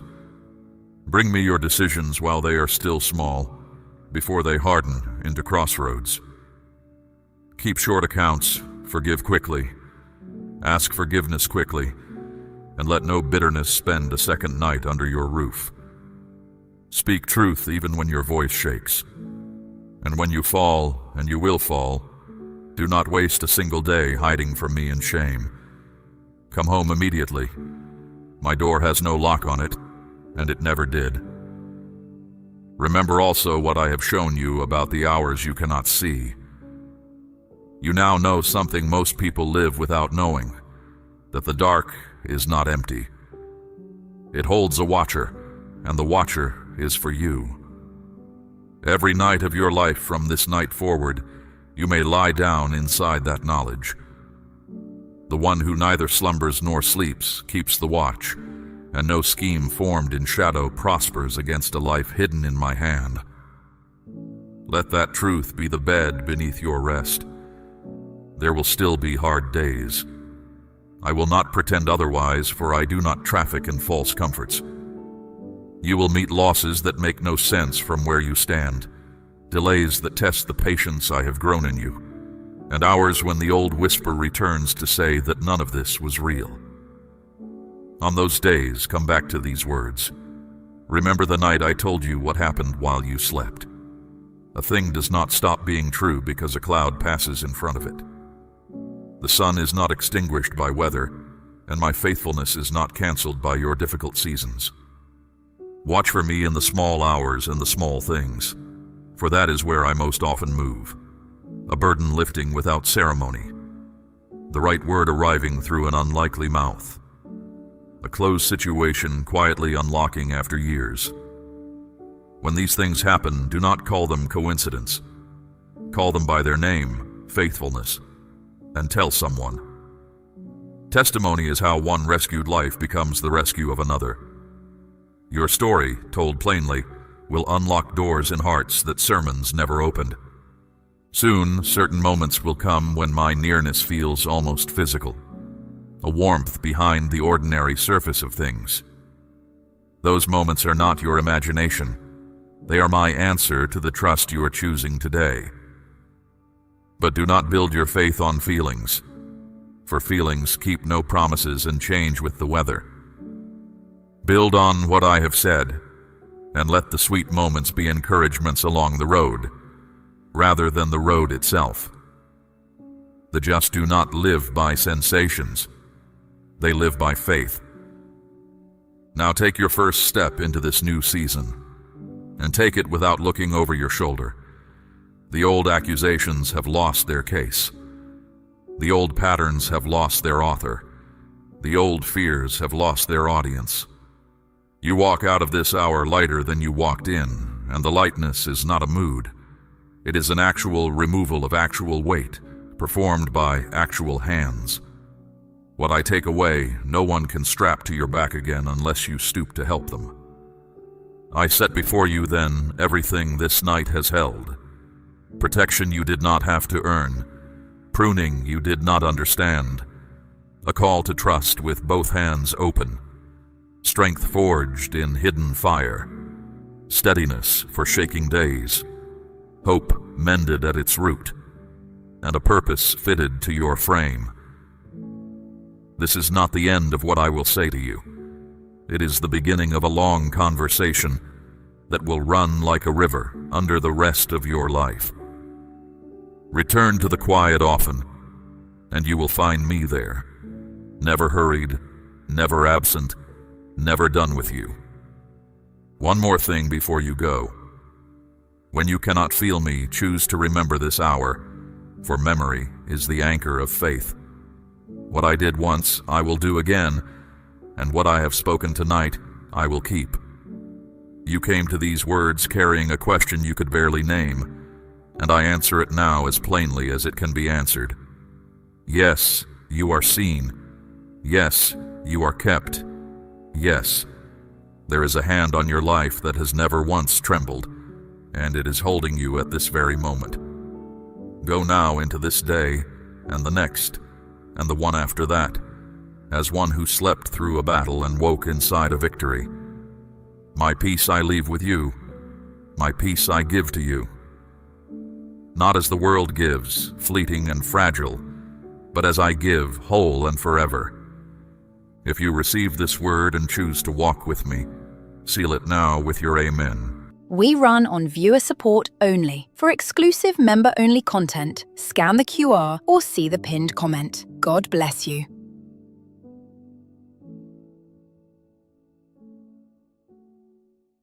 Stop for a moment. Set everything down. Let the noise around you fall quiet, because I have been trying to get your attention, and today you finally slowed down long enough to hear me. This is not an accident. You were not wandering when you arrived here. I drew you to this moment myself, and what I am about to speak over you was prepared long before you knew you would need it. There is a nudge in your spirit. You have felt it for days. A stirring you could not name, a pull you could not explain, a sense that something was about to change. Do not ignore it. That nudge was me. I have been reaching for you in 100 quiet ways. The thought that came out of nowhere and would not leave. The sudden urge to pray when you had almost given up on praying. The restlessness that settled over your ordinary routine, as if your own life were whispering that there is more. None of that was random. All of it was my hand on your shoulder. You have wondered why heaven felt silent. Hear me now. I was never silent. I was speaking in a register your hurry could not receive, so I began to slow you down. I let certain plans stall and certain doors stick, not to frustrate you but to turn your face toward mine. My child, a shepherd does not shout across the field when he wants one particular sheep. He walks toward it. He calls it by name. That is what this moment is. I am not addressing a crowd right now. I am speaking to you, one voice to one heart, because what I have prepared has your name on it, and no one else can claim it. Listen closely, because I want you to understand why the timing matters. There are seasons when heaven moves quietly, and there are seasons when heaven moves suddenly. You are standing at the border between the two. The long, quiet stretch behind you was not emptiness. It was the drawing back of the bow. And an arrow flies farthest when the pull has been longest. You almost did not make it to this moment. I know that. There were nights you thought about laying the whole thing down, the hope, the prayers, the believing. Something in you held on anyway. That something was not stubbornness. It was the thread of my spirit woven into you, and I never let it snap. So before I say anything else, I want to settle one question forever. You matter to me. Not the polished version of you. Not the person you pretend to be when others need you strong. You, as you are today, tired and unsure, and still listening. That is the one I came for. I know the questions you carry. Why has it taken so long? Why do others seem to move ahead while you wait? Why do the same battles keep circling back? I will answer those questions in this hour. But first, you must let go of one lie. The lie that says you were overlooked. You were never overlooked. You were being kept. There is a difference between being forgotten and being hidden. A treasure is not forgotten when it is buried. It is protected. I have kept you out of sight of certain people and certain opportunities because if they had reached you too early, they would have ruined what I was building in you. What felt like rejection was often my shielding. Now the hiding is ending. I am lifting the cover, and I need you awake for it. Because the things I do next will move quickly, and I do not want you to mistake them for coincidence. When the unexpected call comes, that is me. When the stranger speaks the exact words you prayed about in secret, that is me. When the stuck door swings open without your pushing, that is me. Do not let your mind wander now. The enemy would love nothing more than for you to drift away in the middle of this word, to remember some errand, to feel some sudden urge to be anywhere but here. Recognize that pull for what it is. Stay with me. The ones who receive everything I am releasing today are the ones who remain until the final word. I want you to breathe slowly as my voice reaches you. Let your shoulders come down from around your ears. You have been braced for bad news for so long that your body forgot how to receive good news. So receive it now. I am for you. I have always been for you. And the report I carry today is not warning but promise. Some who hear this will think it is too good to be true. My beloved, I understand that caution. Life has taught you to guard your hope the way a burned hand guards itself from fire. But I am not life's disappointments.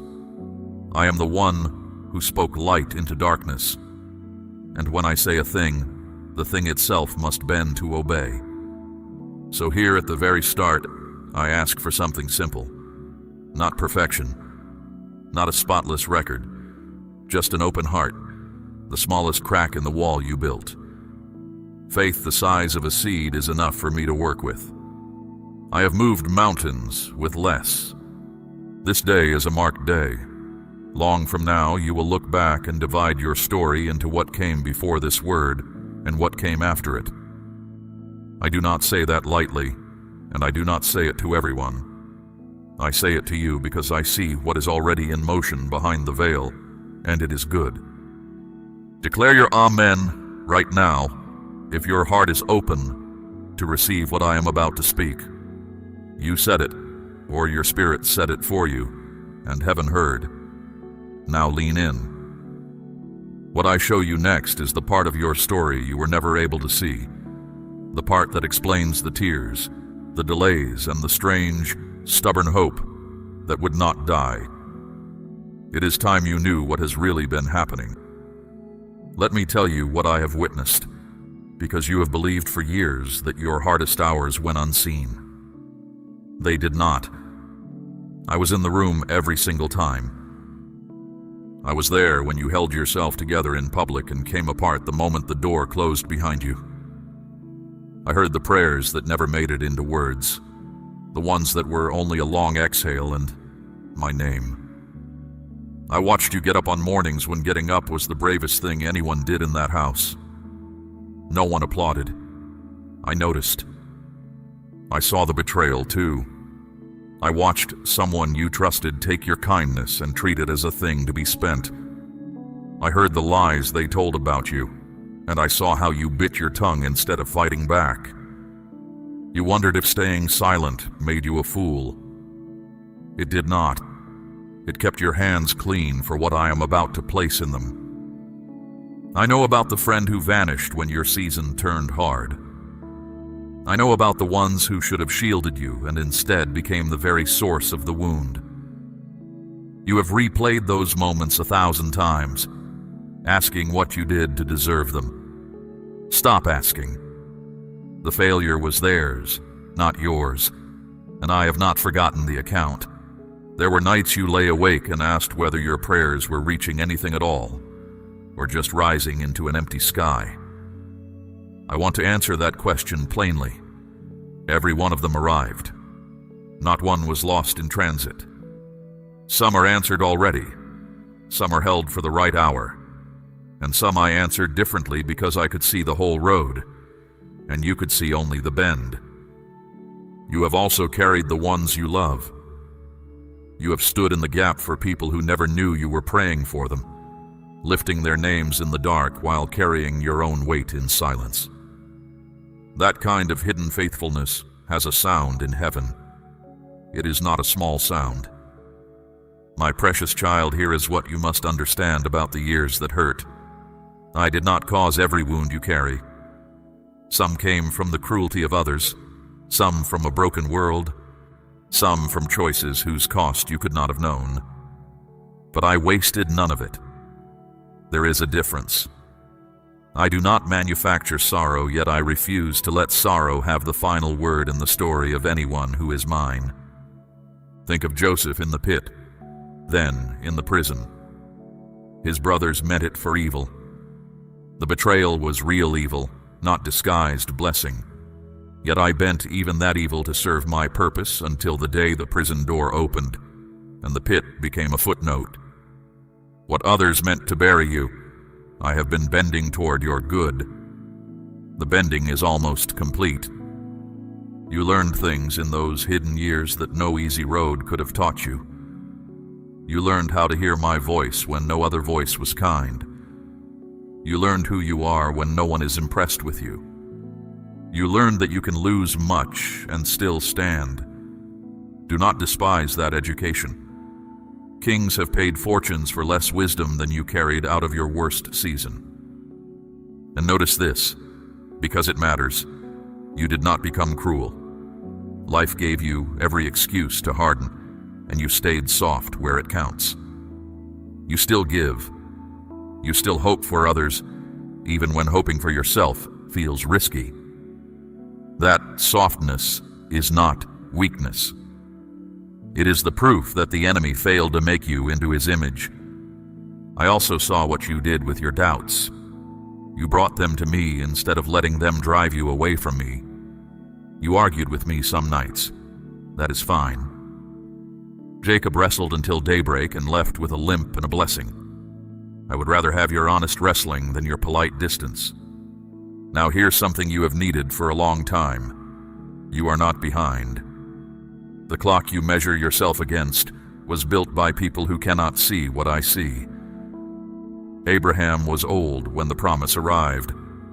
David waited years between the anointing and the throne. The timing of a promise belongs to the one who made it, and I have never once been late to my own appointments. Somewhere along the way, you started apologizing for your own existence. You shrink in rooms you were sent to fill. You call your dreams unrealistic and your needs too much. That ends today. I do not make apologetic creations. I made you on purpose, with intention, the way a craftsman makes a tool for a task he already has in mind. Say, I believe, out loud if this word is finding the hidden places of your heart. Good.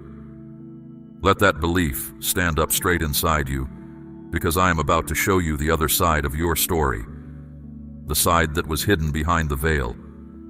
You have only ever seen your life from the ground. For the next few moments, I am going to let you see it from where I sit. From where I sit, the delays were not denials. From where I sit, the closed doors were not insults but detours around ruin you could not detect. From where I sit, the people who walked away created the vacancy that my chosen companions will soon fill. Nothing about your file reads like failure up here. It reads like the record of someone being trusted, slowly and deliberately, with much. And there is one more thing I witnessed that you should know about. Every time you were mistreated and chose not to repay it, every time you blessed someone who could do nothing for you, a record was kept. You thought those moments evaporated. They did not. They accumulated. And a stored-up record of hidden faithfulness always comes to payment in my kingdom, with int. Now I must expose something, because you cannot walk free while you still believe the report of your accuser. There has been a voice speaking against you for years. It sounds like your own thoughts, which is its cleverest trick. It arrives at your weakest hour, quotes your worst memories, and signs your name to its conclusions. Today I am putting that voice on trial. The accuser told you that you are a failure. I say you are a work in progress in the hands of a builder who has never abandoned a project. The accuser whispered that you are forgotten. I say your name is engraved where I cannot look without seeing it. The accuser said you are too damaged to be used. I say the vessels I use most were all mended ones, and the mended places are where my light passes through. The accuser told you that your best years are spent. I tell you the richest harvests come from fields that lay fallow the longest. He said your mistakes disqualified you. I say my mercy wrote the final ruling on your record and the verdict reads redeemed. He said you missed your one chance. I say I am the God of Peter on the beach, restoring in one morning what 3 denials had broken. He told you no one would ever truly choose you. I chose you, and I do not choose carelessly. He said your prayers change nothing. I say kingdoms have quietly turned on the hinge of prayers smaller than yours. He announced that you will end your days unnoticed and unfinished. I decree that what I began in you, I will complete, and the finishing will not be quiet. Whose report will you believe? You cannot carry both. One voice leads to a shrinking life, the other to an open door. Choose the voice that made you. Choose it today and every day after, until choosing it becomes the reflex of your heart. Understand why the accuser worked so hard on you. Liars do not spend years on worthless targets. He studied your calling before you ever sensed it, and everything he threw at you was measured against the size of what you carry. The fiercer the opposition, the greater the treasure it was sent to smother. You were not attacked because you are weak. You were attacked because of what your freedom will cost the darkness. Now I ask something of you. and I ask it as the one who is never taken from you without multiplying it back. My child, I am asking you to place a portion of what you have, something of real weight, upon the altar of this work, as gold laid on the scales of this calling. Let it be a seed sown into deep water, an offering set on stone, not held back in fear.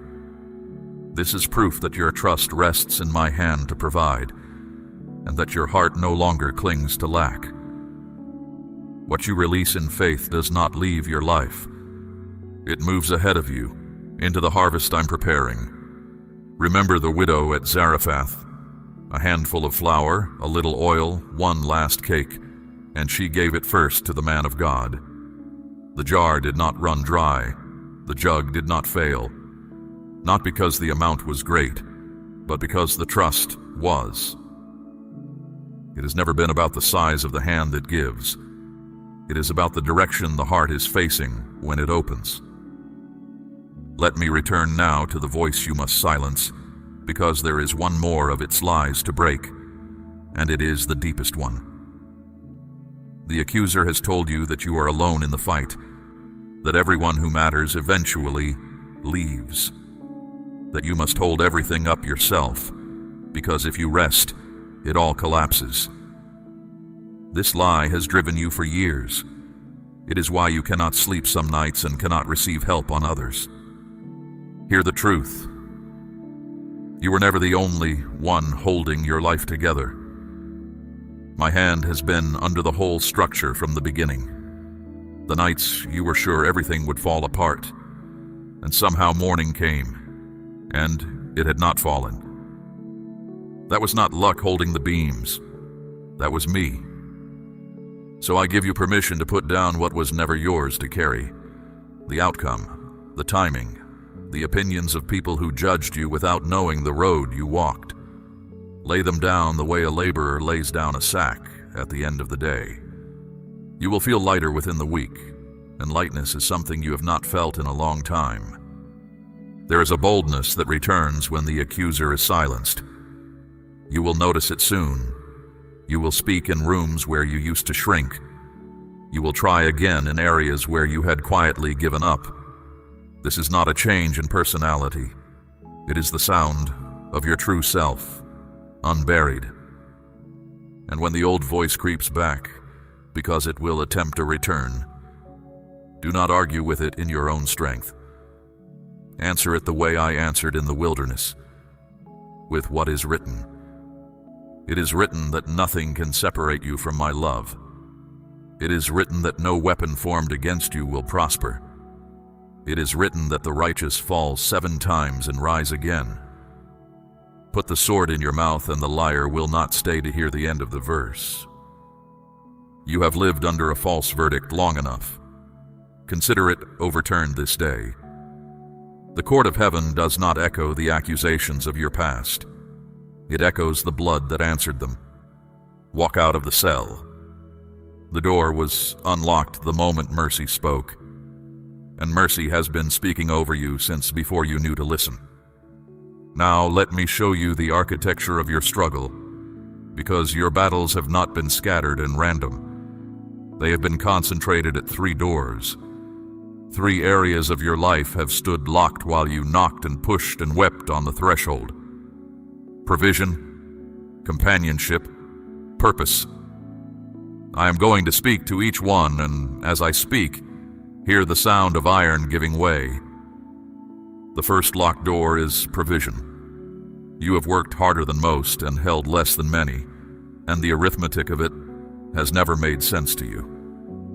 Money arrived and evaporated. Opportunities ripened and then rotted a day before your hand could reach them. You began to suspect that something was set against you, and in this, you were not imagining things. But hear what that lock could not do. It could not make you dishonest. You were squeezed for years and never once decided that cheating was the answer. It could not make you stingy either. Even in lack, you shared. Do you understand how rare that is? A person who stays generous while empty has passed a test that most who are full will never even sit for. That test is over. I am opening the door of provision, and I will open it in ways you did not engineer, so that you will know the hand behind it was mine. Watch for provision that arrives without your striving. Watch for the debt that shrinks faster than the numbers say it should. Watch for the idea that comes to you in an ordinary hour and turns out to carry your increase inside it. When these things unfold, do not call them luck. Call them by their name: faithfulness. The second locked door is companionship. This lock has been the most painful because it made you conclude that the problem was you. You attracted takers and repelled the steady ones, or so it seemed.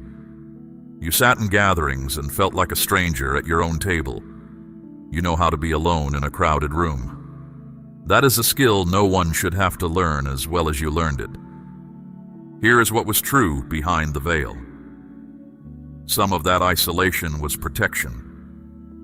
There were bonds that looked appealing which would have chained you to smallness, and I kept them from closing around you.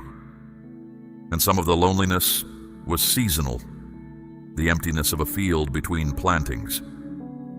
The field is not barren, it was resting before the seed. Now I am sending companions suited to who you are becoming, not who you were. They will recognize you quickly. There will be an ease in their presence that you stopped believing was possible. They will speak to the strength in you rather than feeding on it. And when they come, receive them without suspicion. Not everyone carries a hidden knife. The ones I send carry bread. But make room. This is your part at the second door. There are connections in your life that empty you by the hour, voices that leave you smaller after every conversation. I am not asking you to hate anyone. I am asking you to stop watering what I have uprooted. Release what drains you gently and without drama, and the vacancy will fill with what I have prepared. A hand that clutches old stones cannot close around new treasure. The third locked door is purpose, and this is the lock the enemy defended most fiercely. You have felt it your whole life, the sense of being made for something you could not name. It visited you at odd moments, in the middle of ordinary work, a homesickness for a place you have never been. Then it faded, and the fading hurt worse than the longing. You concluded you were foolish to want more. You were not foolish.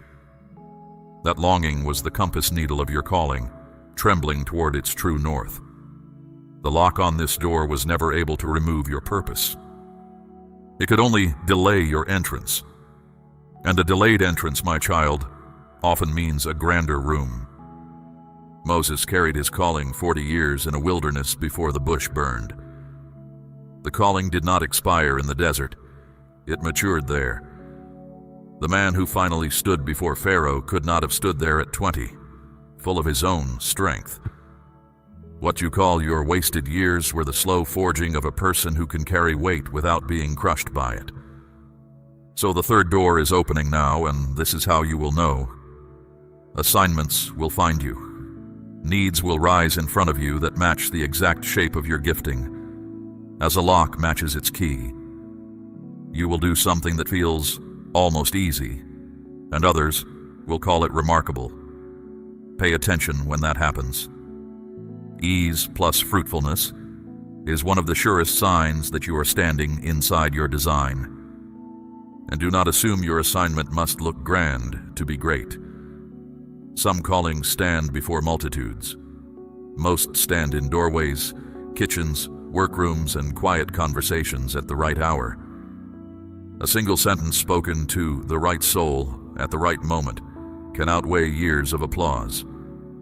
I measure greatness by obedience and by love, not by audience. If I hand you something that looks small, handle it as holy anyway.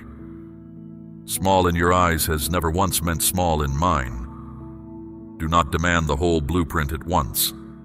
I do not hand out complete maps, because a person with a map stops holding the guide's hand.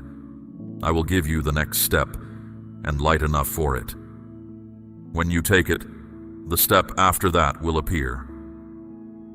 This is how the whole road will unfold. one obedience at a time, until you look back astonished at the distance covered. 3 doors, 1 key. The key has never been your effort, your connections, or your flawless record. The key is trust, turned by the hand of the one who owns the house. You have spent years studying the locks. Lift your eyes now to the locksmith. The scraping sound you hear in your spirit today is real. It is the sound of things opening that no man will be able to shut. Hear now what I am releasing, because the opening of doors is only the beginning. A door is an invitation. What passes through it is the inheritance. And I am sending through those open doors 4 things: healing, restoration, favor, and peace. Listen closely to each, because you will want to recognize them when they arrive. First, healing. I am speaking to your body, the faithful servant that has carried you through every one of these years and absorbed the cost of every worry. Stress has taxed it. Grief has taken up residence in its muscles and its sleep. Some of what troubles your flesh began in your sorrows, and as I heal the sorrow, the body will follow. I am also speaking to conditions that have resisted every remedy. I made every fiber of you, and nothing in you is beyond my reach. Strength you assumed was gone for good will begin returning in quiet increments. You will notice one day that you climbed the stairs without the old heaviness, that you slept through the night, that the ache you had accepted as permanent has grown strangely quiet. Receive these as what they are: my hand at work in your frame. And healing is more than the body. There are rooms in your memory you have kept locked because entering them costs too much. I do not heal by erasing. I heal by entering those rooms with you until you can stand in them without bleeding. The day is coming when you will tell of your worst season with steadiness in your voice. Not because it stopped mattering, but because it stopped ruling. Second, restoration. Someone who walked out of your story is going to reach back toward it. An apology you stopped waiting for is being formed in a heart that has finally seen its own fault. When it comes, you will have a choice, and I will help you make it wisely, because restoration is not the same as returning to what harmed you. Understand this clearly. Not every broken bond is meant to be rebuilt. Some endings were my mercy, and reopening them would only reopen wounds. But the bonds I ordained, the ones threaded with purpose, those I will mend, and the mended bond will hold more weight than the original. Trust me to sort the one from the other. I have never confused the two. Third, favor. This one you will notice in the response of the world around you. Places that dismissed you will reconsider. People in authority will look at you twice, and the second look will hold something new. Answers that used to be no will soften into yes, and you will not be able to point to anything you did differently. That is the mark of favor, outcomes that outrun explanations. Favor is not fairness. Fairness gives you what you earned. Favor gives you what I decree. Joseph earned a prison sentence he did not deserve, and favor made him governor in an afternoon. One day of favor can repay years of unfairness, and I specialize in exactly that arithmetic. Do not spend the coming season keeping score against the past. The repayment will not come from the people who owe you. It will come from me, and my rates are generous. Fourth, peace. Not the fragile pause between problems that the world calls peace, but the settled deep that holds even while storms argue overhead. This peace does not wait for circumstances to improve. It moves in first and renovates from within. You will feel it as a strange calm in situations that used to unravel you completely. Others will notice it before you do. They will ask what changed, and you will find you cannot fully explain it. That is how you will know it came from me, because you did not build it. Now, a word about how these 4 gifts travel. They rarely arrive with trumpets. Heaven's deliveries are usually quiet at the door. A conversation that turns unexpectedly warm. A letter with news you did not dare expect. A morning when the dread is simply absent. The proud miss their miracles waiting for spectacle. Be the one who recognizes me in the ordinary envelope. And a word about timing. These releases have already left the storehouse. Some are close, some are routed through events that have not yet happened, and a few are being held back by nothing except the readiness of other people. I'm still moving into position. Do not interpret the interval as refusal. A ship already launched is not a ship denied, even while it is still out of sight of the harbor. While you wait for what is in transit, steward what has landed. Thank me for the first small signs instead of holding your gratitude hostage until the full sum arrives. Gratitude is not merely politeness. It is the acknowledgement that widens the channel. The one who is faithful over little is the one to whom much can be safely sent, and I am watching how you handle the first fruits. There is one more gift folded inside the other 4, and it may be the greatest. As healing, restoration, favor, and peace do their work, you will begin to like the person you are becoming. The self-reproach that hummed beneath your days will fade. You will catch your reflection in a window and not flinch. My beloved, I have waited a long time for you to see what I see. That sight is part of the inheritance too. Declare, I receive it, if you are ready to take hold of what heaven is releasing over your life. Let those words stand as your signature on everything I have just spoken. Heaven treats such declarations seriously, more seriously than you know. The moment you spoke, something was sealed. Now stay with me, because I must prepare you for what comes next, and not all of it will be gentle. Great releases attract great resistance, and I want you armed before it arrives. What I have released you must now walk in, and walking requires instruction. Heaven has done what only heaven can do. There remains a part that belongs to you, and I will not insult you by pretending otherwise. Grace is free, but it is not passive. The sea parted for Israel, yet they still had to march across the floor of it. The first instruction is this: move before you see. Faith that waits for proof is not faith. It is spectating. Abraham packed and left for a land he could not have found on any map of his own making.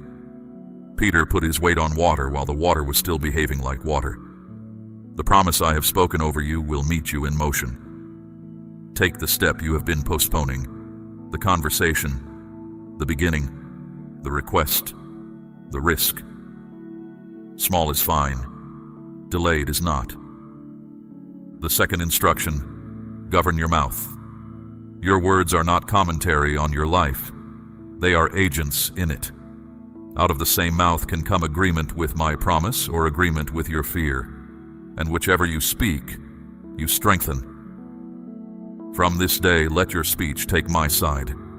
When lack shouts, answer with provision. When dread mutters, answer with my record, which is long and unbroken. I am not asking you to deny difficulty. I'm asking you to stop prophesying against yourself. The third instruction: guard what you take in. You have a gate, and you are its keeper. Voices of despair will ask to lodge in your thoughts, some from ill-meaning people, some from the general noise of a fearful world.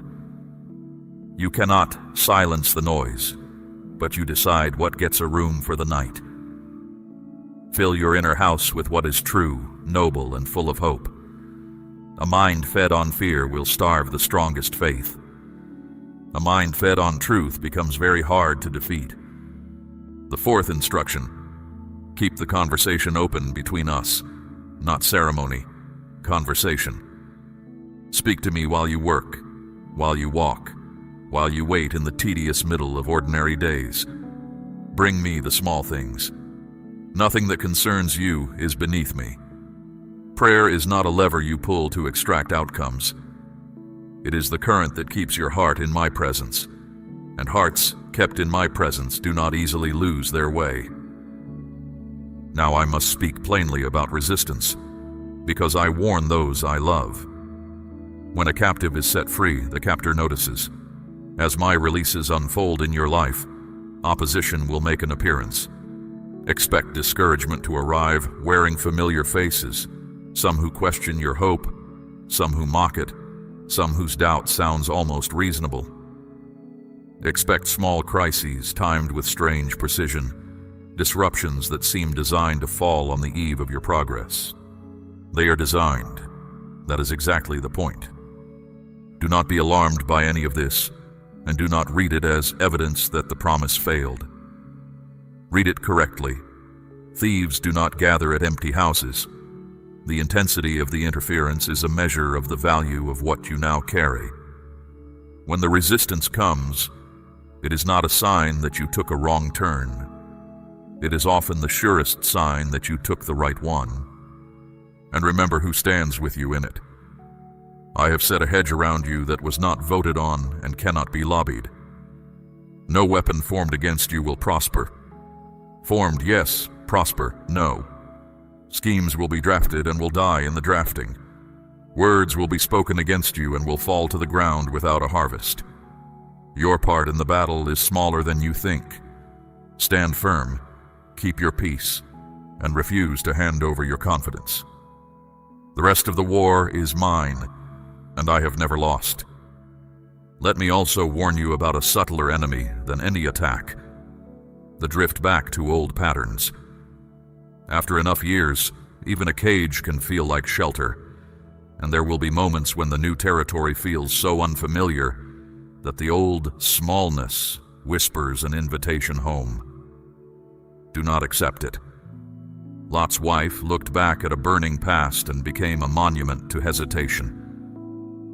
Set your eyes forward. The unfamiliar is not the unsafe. It is simply the shape of a future you have not memorized yet. Practice expectation as a discipline. Rise in the morning with the assumption that I am already at work in the day ahead of you. Expectation is not arrogance. It is the posture of a child who knows the character of the Father. Those who expect nothing sleep through their own answered prayers. Those who watch see. I would have you among the watchers. Practice gratitude the same way, especially on the days when evidence is thin. Thank me in advance the way farmers thank the sky before the rain, because they know the season even when the ground is still dry. Gratitude spoken before the answer is the highest compliment faith can pay. It tells heaven you trust the character of the promiser more than you need the sight of the promise. And practice rest. This one will surprise you, but hear it. Exhaustion is not a badge of faithfulness. I built rest into the rhythm of creation itself, and I did not exempt you from it. Some of what you call anxiety is simply weariness wearing a costume. Sleep without guilt. Be still without earning it. The work that matters most in your life right now is work only I can do, and I do not require your worry as a contribution. One more instruction, and it may be the hardest. Forgive. Not because they deserve it. Some do not. Not because the wound was small. It was not. Forgive, because unforgiveness is a chain with one end around your own wrist, and everything I am leading you toward requires your hands free. You do not have to trust them again. You do not have to explain it to anyone. Just hand me the debt, and let me be the judge I have always been. The moment you release it, you will feel the difference in your steps. These are your orders for the season, and none of them is beyond you. Move before you see. Speak life. Guard the gate. Stay in conversation with me. Stand when resistance comes. Look forward, expect, give thanks, rest, and forgive. Do these, and the releases I have spoken will not merely visit your life. They will settle in it and build. Now lift your head, because I am about to close this word the way a king closes a decree, with a seal and a sending. Everything I have spoken over you in this hour is now in motion. The doors are opening. The releases are in transit. The accuser's verdict is overturned. What remains is for you to cross the threshold, and I will not send you across it empty-handed or alone. In the days just ahead, watch for the first sign. I tell you this so that when it comes, you will not explain it away. It may be modest, a message from an unexpected quarter, a kindness with no visible cause, a provision that arrives sideways through a door you were not watching. The first sign is rarely the largest. It is the handshake before the covenant, my way of saying, you heard correctly. After the first sign, confirmations will begin to gather. Different voices will say the same thing to you without knowing each other. Circumstances will rhyme with what I have spoken here. You will open the scriptures at random and find them oddly specific to your situation. When it happens once, you may call it chance. When it keeps happening, call it what it is. A father making himself unmistakable to a child he is leading somewhere new. Then will come the season of building, and I want you sober about it. New seasons are not endless mornings. There will still be work, still be weather, still be days that feel like the old days. The difference is not that difficulty vanishes. The difference is that difficulty stops being in charge. You will meet obstacles as a person under assignment meets them, as things to be moved through, not verdicts to live under. That shift, quiet as it sounds, changes everything it touches. As you walk, remember that you are becoming an answer to other people's prayers. This is part of the purpose I unlocked. Near you, this very week, is someone standing where you stood, worn thin, wondering if anyone sees, close to setting the whole thing down. You will recognize the look because you wore it. When you do, speak. Tell them the night ends. Tell them what you know now from the inside. Comfort travels with a special authority when it comes from someone who needed it first, and I am entrusting you with that authority. Do not underestimate what your endurance has already preached. People watched you go through what should have leveled you, and they watched you still be standing on the other side. Some of them drew conclusions about me from the way you survived. You were a letter you did not know you were writing. In the season ahead, I will let you read some of the replies, and hear this about the ones you love, the ones you have carried in prayer through all these years. I have not been idly listening to those prayers. I have been working in lives you cannot supervise, softening ground you cannot reach, arranging encounters you could not engineer. Some of the answers will surface in the season ahead, and a few will astonish you. Keep carrying them. No prayer offered in love is ever wasted labor. Let me also settle you about the past one final time. You will be tempted, even in the good days ahead, to grieve the years the locks were on the doors. When that grief comes, bring it to me, but do not let it write the story. I am the God who restores what was eaten and repays what was stolen. And my restorations are not refunds, they are multiplications. The years ahead of you can hold more than the years behind you lost.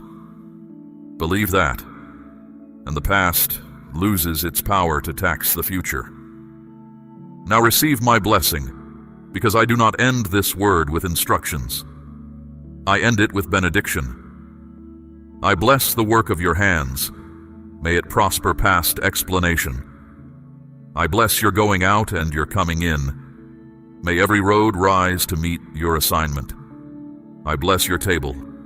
May it never lack bread, and may it always have room for the guest I send. I bless your sleep. May it be deep, and may your waking thoughts reach for me before they reach for worry. I bless your eyes, that they may recognize my hand quickly. I bless your ears, that my voice would stand out from the noise all your days. I bless your heart, the brave, patched, persistent heart that kept beating hope when hope was expensive. It will not be put to shame. And I bless the ones you love. May the goodness that finds you overflow its banks and water every life joined to yours. Carry this hour with you. When the old heaviness attempts a return, come back to what I have said and read it aloud to your own soul, the way David strengthened himself in me when everything at Ziklag was ashes. A word from me doesn't expire between hearings. It will be as alive next month as it is this moment, because I do not speak in fading ink. And remember, above every promise, the promiser. More than the open doors, I give you myself. I am with you when the signs are frequent, and with you in the quiet stretches between them. I am with you in the room where you pray, and in the rooms where you forget to. There is no hour of your future that I have not already entered ahead of you, and no future hour where you will look for me and find me absent. You came to this moment carrying questions, and I have answered the deepest one. You were never forgotten. You were being kept, prepared, and positioned, and the keeping is complete. The season of the locked doors is behind you. The season of the open ones has begun. Walk into it the way loved people walk, unhurried, unafraid, and sure of the arm beside them. Go now with my peace, resting on you like a garment. Go with my favor moving ahead of you into every room. Go with my word alive in your chest, and let it be louder than every voice that ever told you less. I have loved you with an everlasting love, and everlasting means this day and tomorrow, and every step of the long, bright road I have prepared. This is my word over you, and it will not return to me empty. It will accomplish everything I sent it to do in your life. I have spoken, and heaven stands behind every syllable. The rest of your story starts now, and I am in it, from this line to the last. If you believe this word was meant for you, seal it now and declare, "Yes, Lord, I am ready." We run on viewer support only. For exclusive member-only content, scan the QR or see the pinned comment. God bless you.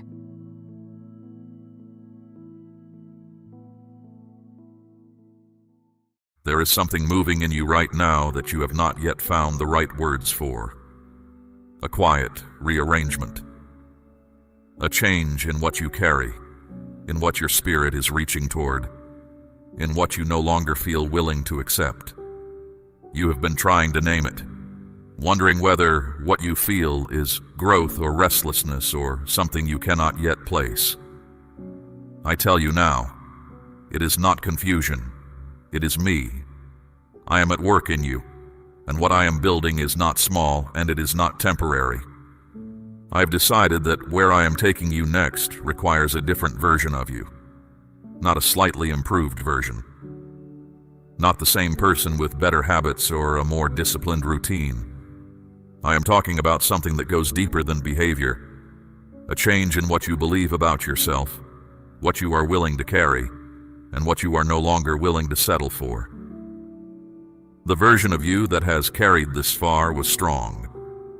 It was strong enough to bring you here, but it was built for a different road.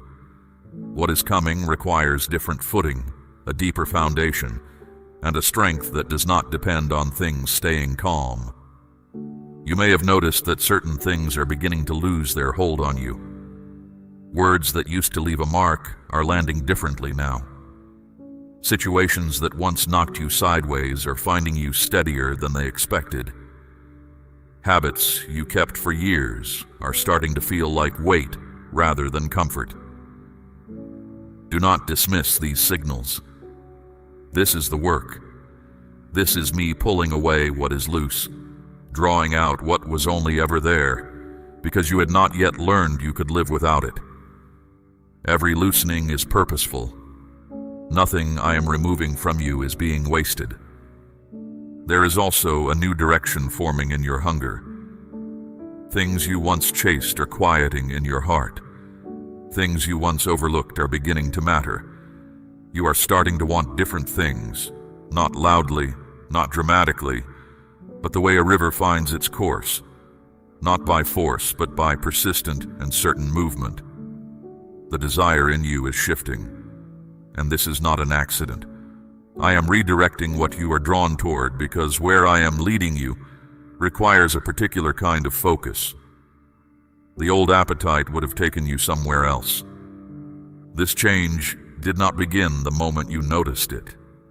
It began long before that. It was moving beneath the surface of your days, in the quiet moments when you sat alone and felt something lifting or something settling, and could not explain either. In the nights when thoughts that once felt convincing started to sound hollow. In the mornings when you rose with something new pressing against your chest that you could not name but could not ignore. That was not coincidence. That was me. Building something in you that would not announce itself until it was ready to stand. Declare your amen if you feel this word landing in the right place. You are not manufacturing this change. You are not conjuring it through willpower alone. This is a work I am doing from the inside out, the kind that cannot be produced by effort without my hand behind it. I am rebuilding how you understand yourself, how you relate to your own life, and how you carry what has been placed in you. As that rebuilding continues, the outer world will begin to reflect what is already changed within. The opportunities that belong to this new version of you are already being arranged. The doors that belong to this season are already set. The connections meant for who you are becoming are already in motion. There will be people around you who sense something different before you have fully landed in it yourself. They will notice a settledness in the way you speak, a steadiness that was not there before. Some will be drawn to it. Some will pull back from it. Both responses are information. I am not asking you to manage how others receive your growth. I am asking you to remain in it, to trust what is forming, and to stop making yourself smaller to fit into spaces that were built for an older version of you. Those spaces had their purpose. That purpose is done. You have often been someone who talked yourself out of the quiet certainties, who looked for external proof before allowing yourself to believe what was already becoming true on the inside. I am not asking you to stop thinking clearly. I'm asking you to stop using doubt as a wall. The work happening in you is real. The shift is real. The person you are becoming is not a fantasy. It is a finished picture I am working toward, and every day that passes brings it closer to what you will soon be able to see with your own eyes. The strength rising in you does not need to announce itself. It does not need recognition to exist. It is the kind of strength that moves through a room without demanding attention, that holds under pressure without needing to prove it can.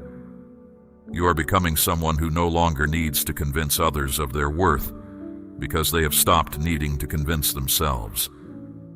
That is a different order of confidence. It is quiet. It is grounded. It is growing in you right now, and I am not rushing it because what grows slowly grows strong. What I am doing in you has a shape and a direction. It is not random movement. It is not a vague stirring of improvement without destination. I am building something specific, someone specific, and everything you are experiencing right now, every shift in your thinking and every change in your appetite is part of that exact design. You are not the same person you were, and you will not be the same person a season from now that you are today. The work is not finished, but what is already visible is real, and it is only the beginning.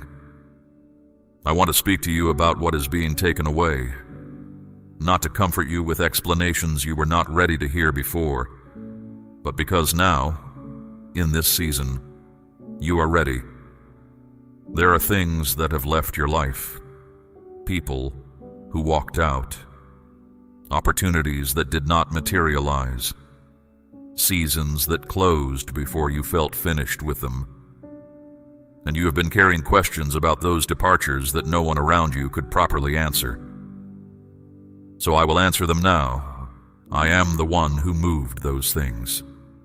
Not all loss is my design, but the specific removals you have been grieving, the ones that left you standing in silence, wondering what you did wrong, those were mine. Not because you failed, not because you were not enough, but because what I saw ahead of you could not coexist with what I removed. You cannot walk into a new territory carrying the full weight of an old one. I will not ask you to. Some of the people who left your life were not equipped to go where you are going. That is not a judgment of them. It is simply the reality of two paths that run alongside each other for a time and then divide. Your path is turning in a direction that requires a different kind of company. The ones who are meant to walk with you in this next season are not the ones who have already stepped back. I am not asking you to harden yourself toward those who left. I am asking you to trust that I know who belongs beside you and who does not. There are also doors that closed on you, efforts that came to nothing, plans that fell apart, openings that appeared and then sealed shut before you could step through. I know how that felt. I know the specific weight of watching something you worked toward come to nothing. But hear this. A closed door is not a verdict on your worth. It is a redirect. Not every path leads where you need to go, and I will not allow you to spend your strength on a road that ends too soon.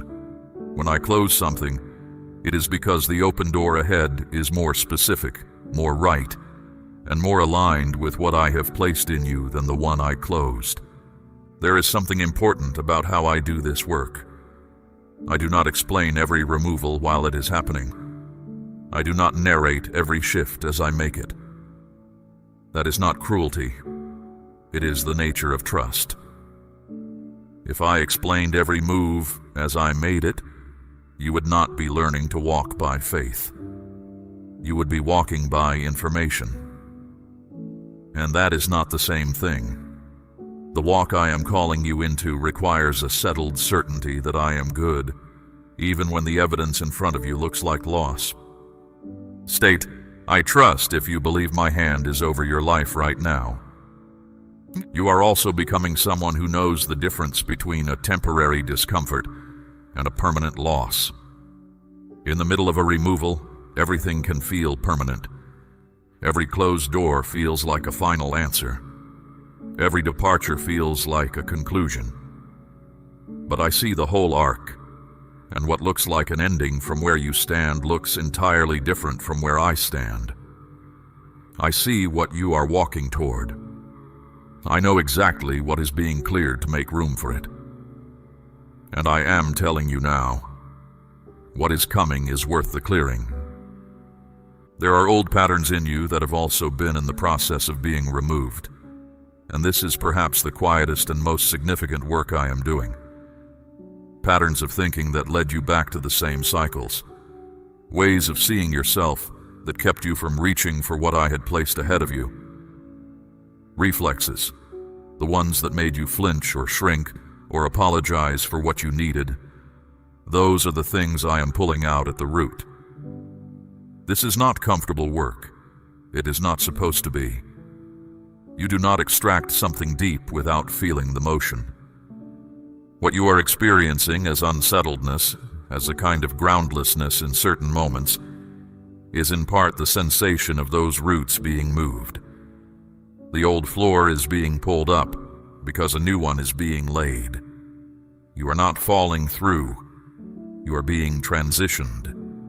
And the new ground beneath you will be more solid than anything you have stood on before, because it will be ground I built specifically for this version of you, not the version that entered the old season. Do not go back to retrieve what I have taken. This is important. When something leaves and the absence creates pain, there is a pull to go back, to restore what was, to fill the space with the familiar. I am asking you to resist that pull. The space I am creating in your life is not an accident. It is a form of preparation. What fills it next will not look like what was there before, and it will not need to. What I am bringing you will be recognizable, not because it resembles the past, but because it fits, because it aligns with who you actually are and where you are actually going. The season of removal is not a season of punishment. I am not extracting things from your life as a consequence for failure. I am doing what any skilled hand does when something worthwhile is being built, clearing the ground, removing what does not belong, making space for what does. You are a work in progress, and I do not apologize for treating you like one. I am building something in you and around you that requires precision, and precision requires removing what does not fit. Trust the clearing. Trust the silence where noise used to be. Trust the empty spaces that used to hold things you no longer have. I have not left you with less. I have made room for more, and more is exactly what is coming. I want to tell you what is growing inside you right now. Not what might grow, not what will grow someday if conditions improve. What is growing in you right now, in the middle of this exact season, in the middle of whatever pressure or uncertainty or change surrounds you. Because you need to hear what I see, not only what you feel. And what I see is a person in whom something strong is taking root. There is a quality forming in you that is different from determination. Determination can be forced.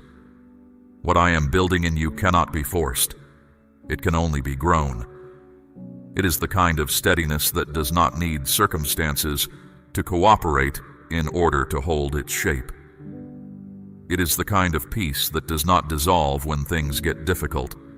It is the kind of resolve that does not depend on an audience or on the encouragement of others to keep moving. I am building this in you. It is not finished, but it is real, and it is deepening with every day that passes. You are learning patience without being lectured about it. That is the best way to learn it. Not by being told you need it, but by living inside a season that requires it. And you are learning. The urgency that once drove you into poor decisions, the restlessness that once made waiting feel like defeat, those are quieting. You are beginning to understand that not everything I am doing can be seen on the surface, and that the most important work often happens in the places you cannot observe. That understanding is changing how you move through your days. There is also a new relationship with your own mind forming in you. You are learning to observe your thoughts rather than simply live inside them. A thought arrives, and instead of being immediately pulled into its current, you're beginning to stand outside it and ask whether it is true, whether it belongs to you, whether it aligns with what you actually know. This is not a small development. This is one of the most significant things I can do in a person. Teach them to live in their own mind, with intention, rather than just reaction. You are learning this, and it is changing everything downstream.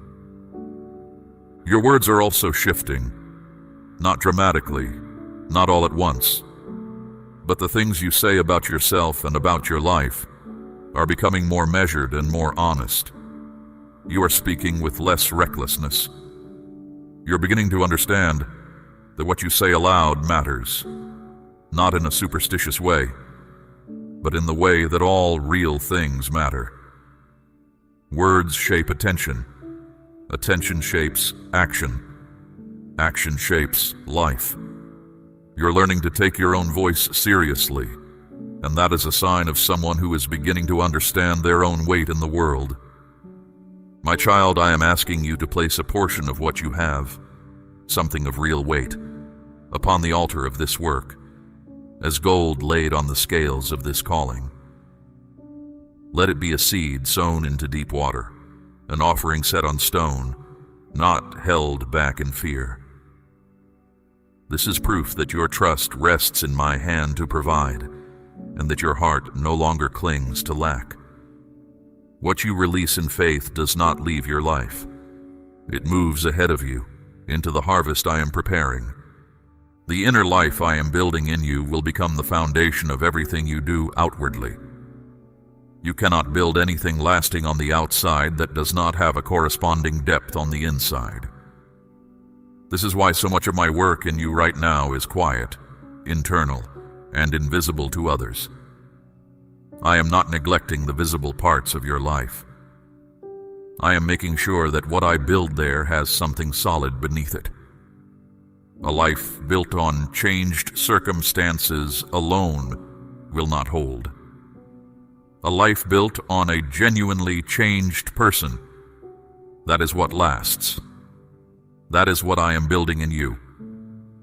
You are also developing something in the area of discernment, a sharpened ability to sense what aligns with your path and what does not. It is not fully formed yet, but you are beginning to feel it, a quiet signal that rises when something is off, a sense of recognition when something is right. You have always had this, but it was buried under noise, under the urgency to please people, under the fear of missing out, under the habit of ignoring what you sensed in favor of what others expected. That noise is reducing, and as it reduces, you are beginning to hear clearly. I am also teaching you the value of your energy. You are not an unlimited resource. You were never meant to give yourself equally to everything and everyone who asked. The demands on you have never stopped, and for a long time you met them without asking whether they were yours to meet. You are starting to ask that question now. You are starting to notice when something drains you and when something restores you. You are starting to understand that protecting your energy is not selfishness. It is stewardship. And I am the one who placed that understanding inside you. The person you are becoming is not being formed in easy conditions. I am not building you in a greenhouse. The strength I am placing in you is being built in real weather, in real uncertainty, real pressure, real moments where the ground felt unstable and you had to find your footing anyway. This is how genuine strength forms, not in the absence of difficulty, but in the presence of it. Standing, choosing, moving forward. And every time you have done that, something in you has become more capable of doing it again. Something in you has grown a ring, the way a tree grows in a hard season, thicker, denser, more able to hold. Something has changed in the way you see. Not your physical sight. The sight that matters most is the one happening beneath that. The way you read situations, the way you read people, the way you read your own life. There is a clarity forming in you that was not there before, and I want you to understand what it is and where it is coming from, because you will need it, and you will need to trust it. There are things that once pulled your attention without question, urgencies that felt real but were not, distractions that dressed themselves as opportunities, conversations and situations that felt important in the moment and cost you days of your life. You are no longer as easily drawn by those things. You are beginning to notice the difference between what is genuinely calling you forward and what is simply making noise. That distinction, small as it may seem, is one of the most important things I can teach a person. And you are learning it. I am sharpening your discernment. Not the kind that makes you suspicious of everything or closed off from life, but the kind that gives you ground to stand on when a decision has to be made. The kind that helps you recognize when something aligns with your path and when it does not, even when it looks attractive on the surface. You have made choices in the past that looked right from the outside but felt wrong within hours. That feeling was real. I am making it louder, clearer, and harder to dismiss. Your priorities are also reshaping themselves. This is happening quietly but unmistakably. Things you once organized your life around are losing their position. Things you once treated as secondary are beginning to demand more of your attention and your care. This is not confusion about what matters. This is a realignment. I am recalibrating what holds weight in your life, and the process sometimes feels like disorientation before it settles into clarity. But settle it will. And when it does, you will look at your life and see it organized around something truer than what organized it before. You're also becoming more honest about how you have been spending your time. Not in a way that produces guilt, but in a way that produces change. You are starting to see where your hours have been going, what they have been building, and whether what they have been building is what you actually want. That kind of honesty is not comfortable, but it is necessary. I am not placing this awareness in you to burden you.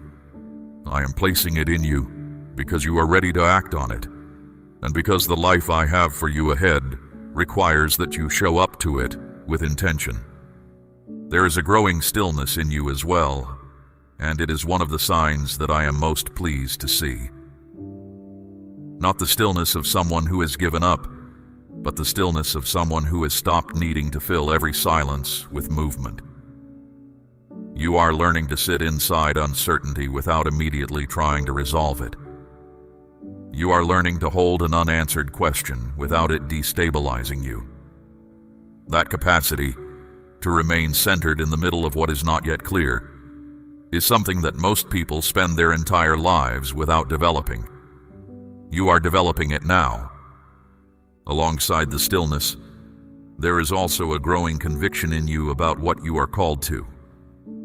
Not a loud, dramatic certainty, but a quiet and persistent knowing that has been growing in the background of your days. A sense of direction that does not require the approval of others to feel real. A knowledge of what you are built for that goes deeper than what you have yet been able to put into words. I place that knowing there. It is mine and it belongs to you, and no opinion in the world can take it from you once you decide to stand inside it. You are also learning to stop explaining yourself to people who have not asked to understand you. This is a profound form of freedom, and you are just beginning to walk in it. There was a time when you needed people around you to validate your path before you felt safe enough to walk it. You wanted agreement before you moved. You wanted endorsement before you believed. I am not saying that community is without value. I built you for relationship. But I am teaching you the difference between drawing on the wisdom of those who walk with you and depending on the approval of those who are simply watching. Every part of this sharpening serves a specific purpose. I am not increasing your discernment so that you can observe your life more clearly from a distance. I am increasing it so that you can move through your life more precisely. So that when the right opportunity comes, you will not mistake it for the wrong one. so that when the right person steps into your path, you will not dismiss them. So that when I open a door that is specifically yours, you will recognize it and step through it with confidence rather than hesitation. The person you are becoming can carry this level of sight. The older version of you might have found it overwhelming to see so clearly, to feel so precisely, to be so awake to what is right and what is wrong in the decisions in front of you. But the you that is rising now has the capacity for it. You have been built up to carry it, and you will use it well. Clarity is a gift, and I am giving it to you, not in one moment of sudden revelation, but as a steady and growing light inside you that is making your path more visible with every step you take forward. And that light does not fade. It is not borrowed from your circumstances. It is rooted in me, and I am not going anywhere. There is a new quality of confidence rising in you, and I want you to understand what kind it is, because it is nothing like what the world calls confidence. The world's version is loud. It announces itself. It leans on achievement and appearance, and the reactions of others to know whether it is real. What I am building in you is entirely different. It is quiet. It does not need applause to stand. It does not need agreement to hold its position. It rises from something deeper than performance, and it remains even when the room goes silent. This confidence is rooted in a settled understanding of who you are, not based on what you have produced or what others have said about you or how well things have gone. It is rooted in something I have been placing in you over time. A knowledge of your own worth that did not come from a single experience, but from a slow and steady work inside you that is now beginning to surface. You are starting to carry yourself differently, not arrogantly, but with the kind of quiet assurance that belongs to someone who knows they are not walking alone.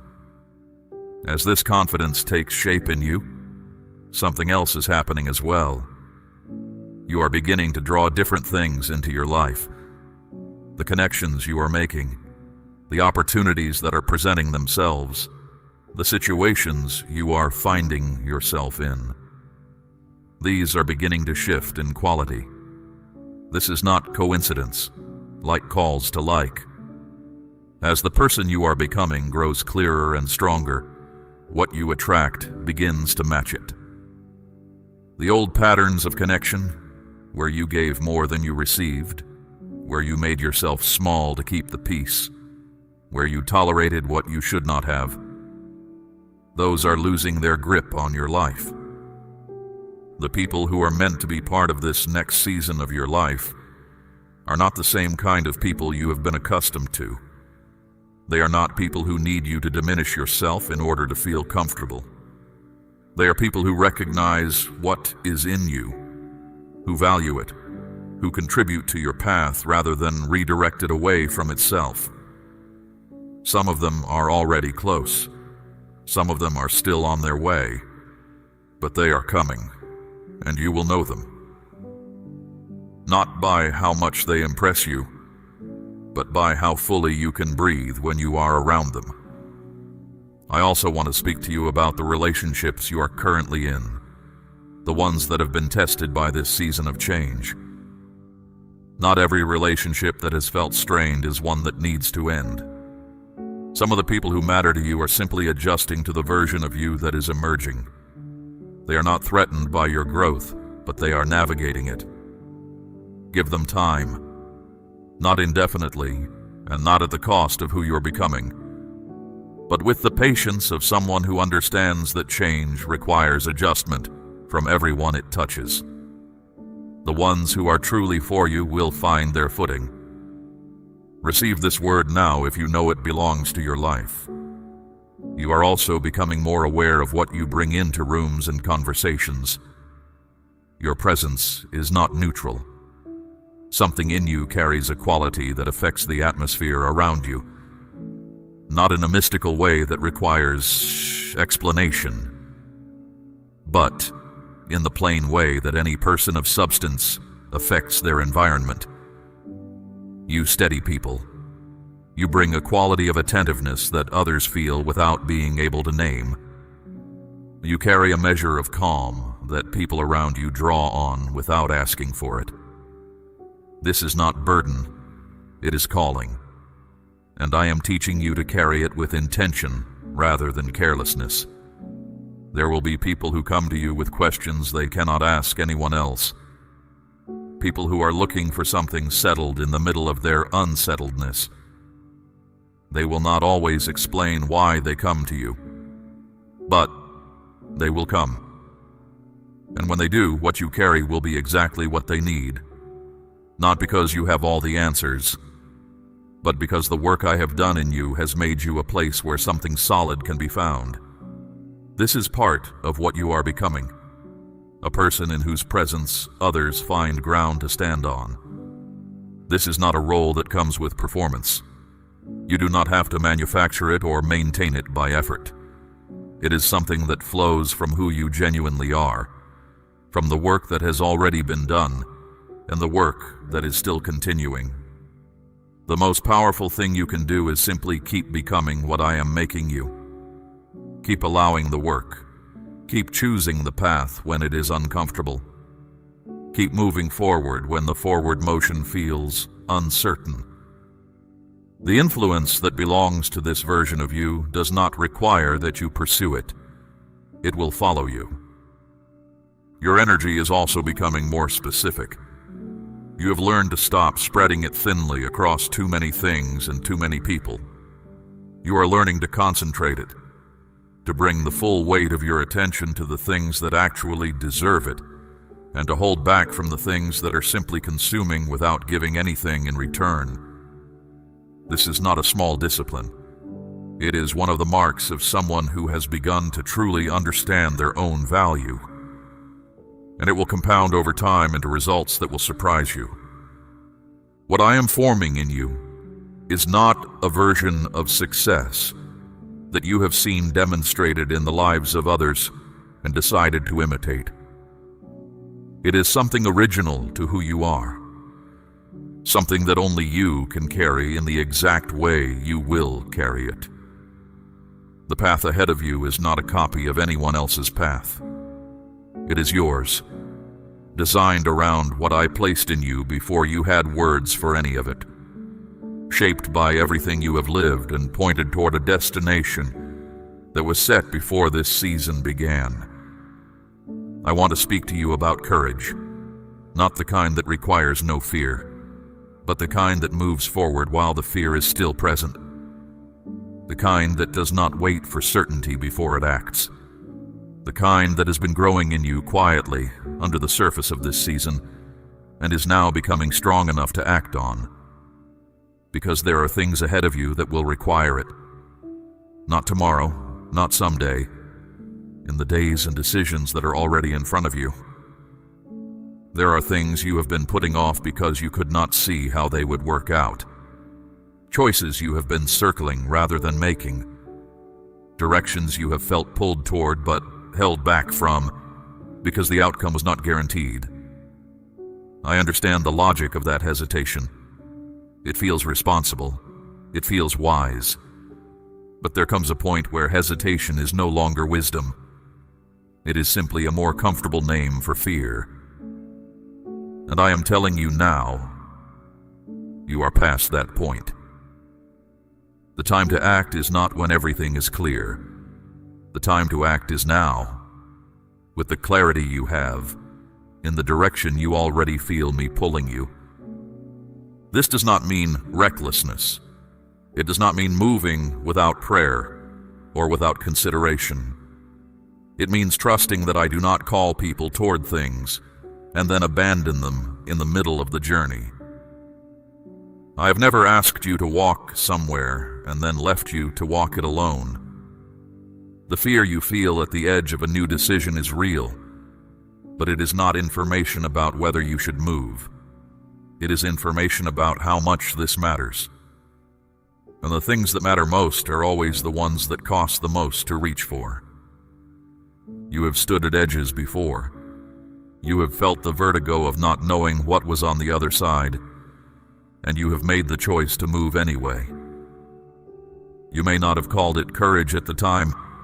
You may have called it necessity or desperation, or simply the absence of any other option. But it was courage. And every time you moved forward at an edge, something in you grew that could not have grown any other way. That growth is part of what has made you ready for this season. And this season will ask for more of it.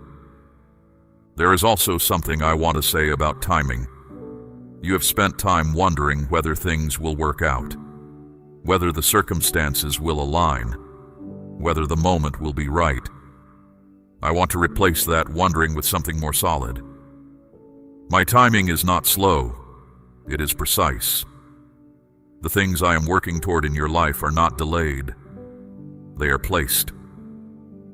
Every moment that has felt like waiting has been a moment of positioning, of arranging what needed to be arranged, of preparing what needed to be prepared, of making certain that what comes to you comes at the moment that will serve it best. When a door opens before the right moment, what enters through it is not ready, and what you receive before you are ready does not stay. I have watched this happen in lives I love, and I will not do it to yours. I am not withholding what is good from you. I am making sure that when it comes, it finds you fully capable of receiving it, holding it, and building with it. That is not absence, that is care. And the delay you have felt is not punishment. It is precision.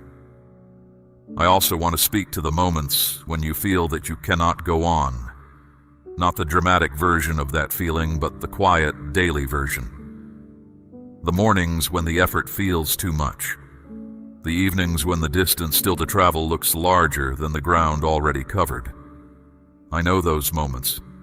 I am in them with you. And what I want you to hold in those moments is this. You are not required to carry the full weight of what lies ahead. You're only required to take the next step, the one directly in front of you. One step with what you have, from where you are. That is all I ask in any given moment. The courage I am building in you is not for a single defining event. It is for the accumulation of daily choices. The decision to be honest when dishonesty would be easier. To speak when silence would be safer. To trust when doubt is what everything around you is offering. It is for the practice of showing up to your own life, fully, rather than at a reduced and manageable version of it. Every day you make those choices, the courage in you grows larger, and it is growing. There is also something being settled in you about your identity that is connected to all of this. You are becoming someone who knows, at a level that is harder and harder to shake, that your worth is not contingent on performance. It is not something you earn back after a failure. It is not something that diminishes when others are disappointed. It was given to you, it is held by me, and nothing that happens in the visible world can add to it or remove from it.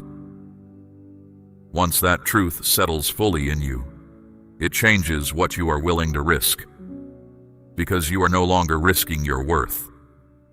Your worth is already secured. The path forward will not always be marked clearly. There will be seasons where the next step is visible and the step after that is not. That is not a failure of direction. That is the design of a journey that requires trust. I will show you what you need to see when you need to see it. I will not withhold the light required for the step in front of you. And I am asking you to trust that and to move. Not when the whole road is lit, but when the next step is clear. That is all trust has ever required. That is all I have ever asked. There is a moment coming, not a distant or hypothetical one, but one that is genuinely close, when you will look at your own life and not immediately recognize it. Not because it has become unrecognizable in a frightening way, but because it has become what you once could only barely allow yourself to hope for. You will stand in a season of your life and realize that the things that once held you have released you. That the weight you carried for so long has been set down. That the person you are is not the person who entered this season, and that the difference is so real and so complete that it will be difficult to remember exactly how the old version of you felt from the inside. I want you to receive that now, not as a distant promise, but as something already in motion, because it is. The arrival is not a single moment.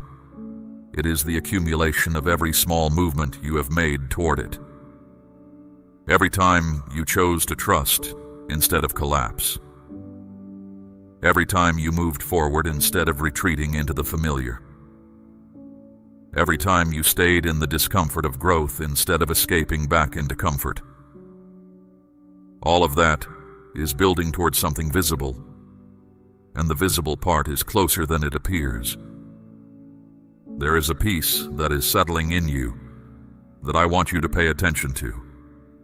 Not the peace of resolution, not the peace that comes when problems are solved and questions are answered. This is a different kind. It is the peace that arrives when a person has decided, at a level beneath words, that they are going to trust me completely.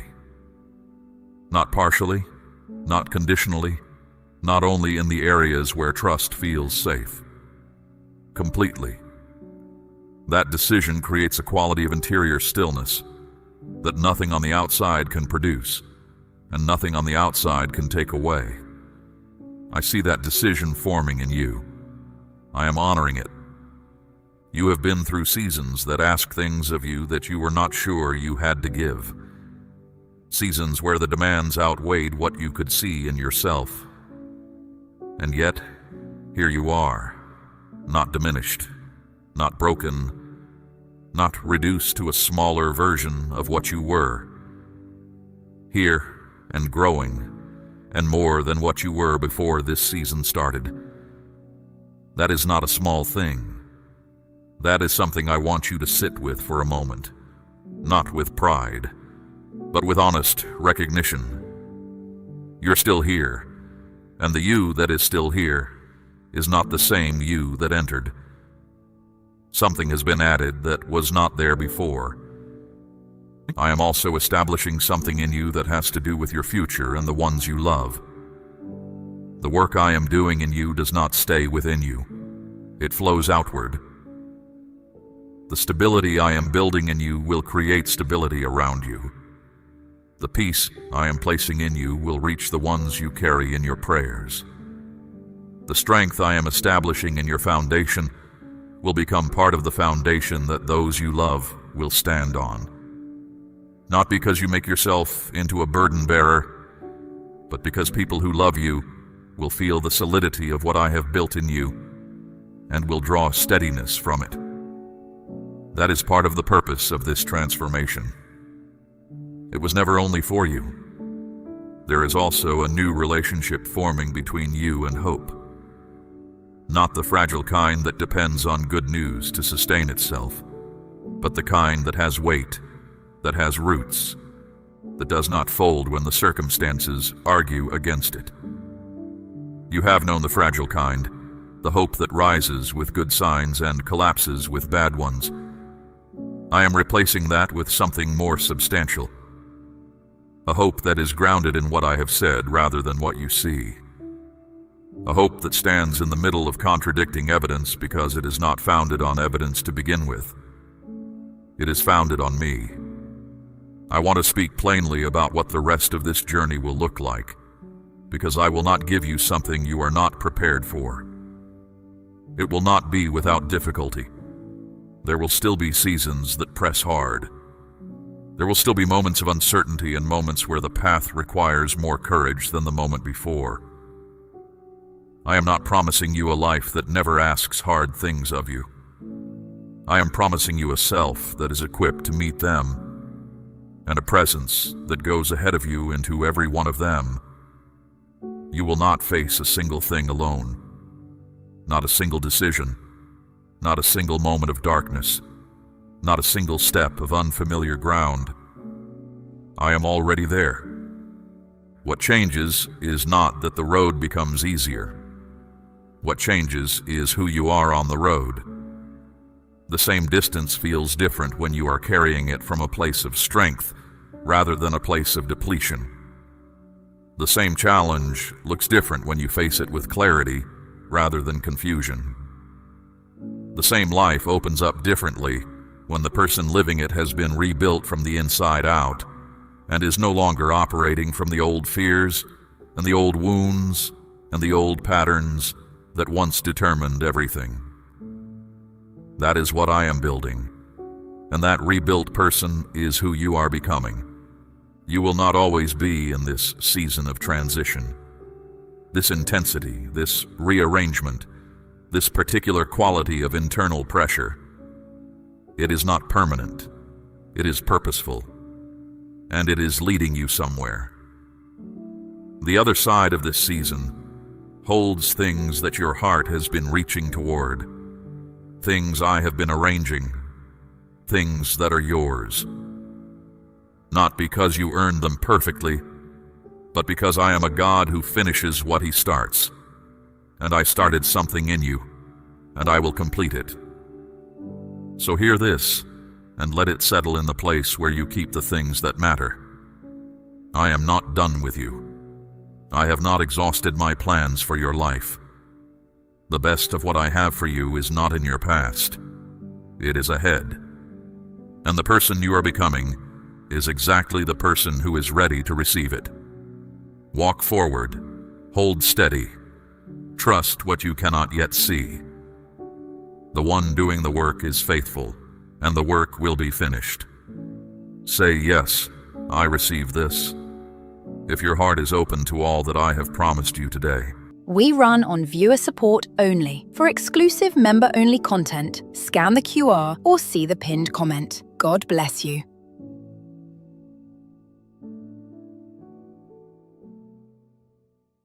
My child, stop right now. I am not speaking to a crowd. I am not speaking to whoever happens to be near. I am speaking to you, and I am asking for 1 minute of your full attention. Not half of your mind while the rest wanders elsewhere. All of you, here, now.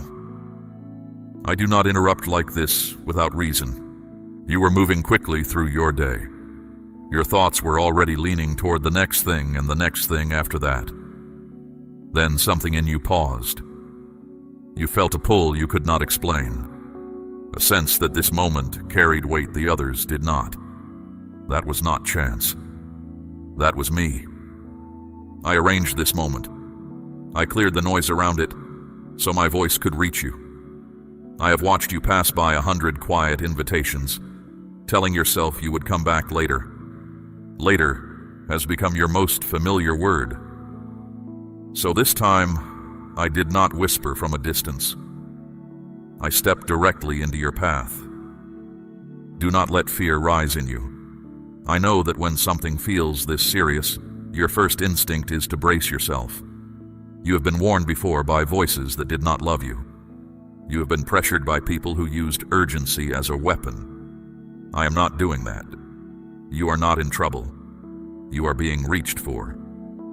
Urgency does not mean danger, my child. Urgency means importance. It means something is worth stopping for. A shepherd does not shout because he hates the sheep. He shouts because he sees the edge of the cliff, and the sheep does not. I am raising my voice now because I see what you cannot see, and I love you too much to stay silent. Hear me clearly. This is not about rules, rituals, or performance. It is not about proving your faith or fixing yourself before you come near me. Strip all of that away. This is about your life, the direction it is drifting, and the weight your heart has been carrying alone. I am asking you to stop long enough to notice. I know you are tired, not only in your body, but somewhere deeper, in the place where hope is supposed to live. You have learned to function while disconnected from yourself. You stay busy because stillness feels heavy. Stillness brings up the questions you have been avoiding. But I am in the stillness. I am not there to overwhelm you. I am there to steady you. You were not created only to get through your days. You were created to be alive inside them. There is a difference between surviving a life and living one, and you have felt that difference growing wider. You wake, you work, you carry what must be carried, and somewhere along the way you stopped checking in with your own soul. I noticed. I have been noticing for a long time. This is urgent, but not because something terrible is about to fall on you. It is urgent because something good is trying to begin, and beginnings require attention. A seed ignored does not grow. A door unnoticed is never walked through. Right now, something is trying to take root in you, and I refuse to let it be trampled by hurry. So give me this minute. Let your shoulders drop. Let your breath slow down. Let your mind stop racing ahead to what comes next. You do not have to solve anything in this moment. You do not have to decide everything today. You only have to listen, and listening is enough to begin. I have heard the prayers you never spoke out loud. I have seen the exhaustion you dress up as strength every morning. I know about the confusion you manage quietly so no one worries about you. None of it has been hidden from me. You have felt unseen by people, but you have never once been unseen by me. Let me say this plainly. I am not angry with you. I am not standing over you with a list of your failures. I am not waiting for you to become impressive before I draw near. I am paying attention to your heart, the real one, the one beneath the answers you give when people ask how you are. That heart has been asking for help in a language only I can hear. And I am answering. Not with noise, not with spectacle, with presence, with truth spoken directly to you at the exact moment you were able to receive it. You have asked me more than once whether I am real, whether I still care, whether you have drifted too far. Consider this. My reply. I am here. I care. And you are not too far. You have never been too far. What you do next matters. Not because everything collapses if you turn away, but because this is a beginning, and beginnings are easy to miss. If you drift back into hurry, life will go on. Nothing dramatic will happen. That is exactly what makes drifting so dangerous.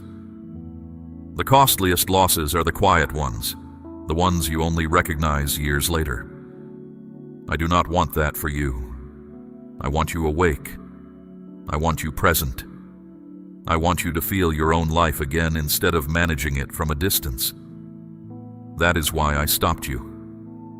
That is why I am speaking with this much weight. Love that never interrupts is not love. Love steps in. Love says, not this way. Come here. Listen. So stay with me now. Do not reach for the next distraction. Do not tell yourself you will return to this when things calm down, because you and I both know that calm never seems to come. The moment is now. The word is now. And what I am about to speak over the rest of this time together has been prepared for you specifically, with a care you have not yet imagined. 1 minute of true listening can turn a day. 1 day can turn a life. You have already given me the minute. Now let me show you what I stopped you for. If your heart is still listening, declare your amen to me now. Now let me tell you why I stepped in. I do not break into a life carelessly. When I stop you this directly, it is because I see something you cannot yet see. I saw the direction your heart was drifting. I saw the weight you were about to pick up without noticing. I saw the quiet ways you were beginning to disconnect from your own soul. You were about to be pulled away again, not by anything dramatic, not by anything that looks dangerous from the outside, by the slow kind of distraction that feels harmless. Another task, another hour of noise, Another stretch of wandering from one thing to the next without ever landing anywhere. Those are the distractions that steal the most, because they never announce what they are taking. Distraction did not enter your life as an enemy. It came dressed as relief. You were carrying too much, so you reached for anything that let your mind rest. Noise to cover the silence. Movement to avoid the stillness. Busyness to keep the harder questions at arm's length. I understand why. You were not being careless. You were tired. But I need you to see what it has been costing you. When your attention is always pulled outward, your inner life grows quiet. Not because it disappears, but because it is ignored. Slowly you stop noticing what you feel. You stop noticing what you need. You stop noticing when something inside you is asking for care. And when awareness fades, life begins to feel shallow even when it is full. You have felt this already. Prayer is harder to hold on to than it used to be. Silence feels restless instead of peaceful. Your thoughts scatter the moment you try to gather them. You can be surrounded by people and activity and still feel strangely far from yourself. This is not spiritual failure, my child. It is what happens when a heart is never still long enough to listen. Numbness is the danger I stepped in to interrupt. Not sin in the way you usually think of it. Numbness, the slow falling asleep to your own life. If I had stayed silent, you would not have collapsed. Nothing would have shattered. You would simply have kept going, promising yourself you would slow down someday, while someday kept moving further away. That is how a life goes missing. Not in one terrible decision, but in 10,000 small postponements. You were about to postpone yourself again. Postpone the rest you need. Postpone the honesty you owe your own heart. Postpone the moment of finally standing still before me. I have watched that pattern long enough. So I interrupted it. Understand what my interruption is. It is not punishment. It is protection. It is mercy arriving before damage settles in and becomes habit. A father who sees his child walking toward a hidden pit does not wait politely for a better moment to speak. He calls out at once with force because he loves. I called out to you today for the same reason. I have always warned the ones I love. I warned Noah, not to frighten him, but to save him and his household from the flood. I warned Lot, and my warning pulled him out of a city already falling. I warned Israel through voice after voice, not because I enjoyed correction, but because I longed for closeness with them. Every warning I have ever spoken was an invitation to life. This one is no different. Some voices in your past used fear to control you. They made urgency feel like a trap closing around you. So when you sense weight in my words, part of you braces for condemnation. Release that. Fear pushes, but love invites. Fear creates panic, but love creates clarity. What I am speaking carries weight. Yes, it does not carry harm. If I did not care, I would let you drift. Silence would be easier. But I am not a distant God who watches from far off while his children slowly go numb. I am present. I am attentive. I speak when speaking is needed. And I refuse to watch you live at a distance from your own heart without saying a word. Look at how you have been living, not with shame, but with honest eyes. Rising, rushing, carrying, managing. Answering everyone's needs while quietly setting aside your own soul like a task for later. You have learned to survive impressively. But survival mode was never meant to be permanent.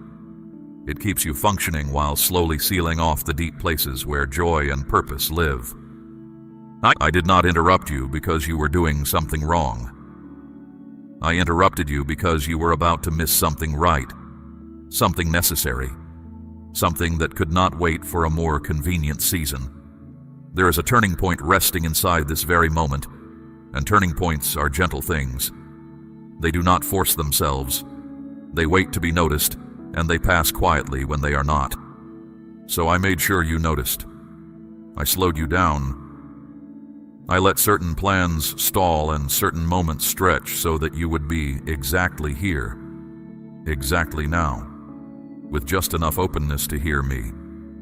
You may call that coincidence, if you wish. I call it care. I have been arranging this conversation for longer than you know. Here is what I ask of you in return. Stay awake through the rest of this word. Do not let your mind slip back into its old habit of drifting when truth comes close. Every time you feel the pull to escape into noise, recognize it for what it is, and choose to remain with me instead. That single choice, repeated, will change more in you than you can currently imagine. You were not stopped by accident today. You were interrupted by love. Let that settle into you before we go further, because everything I am about to say next rests on it. I see you. I know exactly where you are, and I have come to you there, not to scold you, but to bring you back to life. Say, I hear you, Lord, if this word has found you awake. My child, this is not the first time I have spoken to you. You have heard me before. Not always with this clarity, not with this weight, but you have heard me. My voice has brushed against your heart many times, gently, patiently, never forcing its way in. I spoke in whispers, because whispers invite closeness. I wanted you to lean toward me, not pull away. Think back. There was a sudden pause before a decision that made no sense to you at the time. An uneasy feeling when everything looked fine on the surface. A quiet thought that kept returning no matter how often you dismissed it. You called it restlessness. You called it overthinking. It was neither. It was discernment waking up inside you. It was me. There were moments when you knew you should stop and you kept going. Moments when you felt moved to speak and you stayed silent. Moments when you sensed a change was needed and you told yourself the timing was wrong. You postponed what you felt because postponing seemed safer than responding. You promised yourself you would listen later, when life slowed down, when you felt stronger. Hear this clearly. I do not condemn you for any of it. I never did.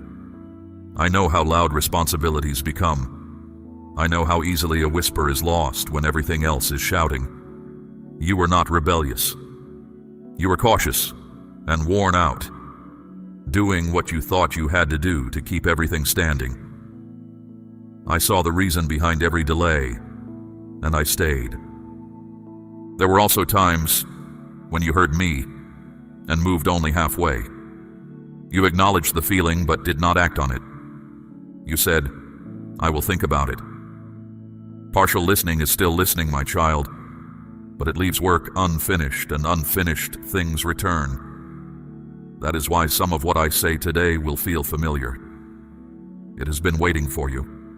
I am not replaying these moments to shame you. I am showing you something important.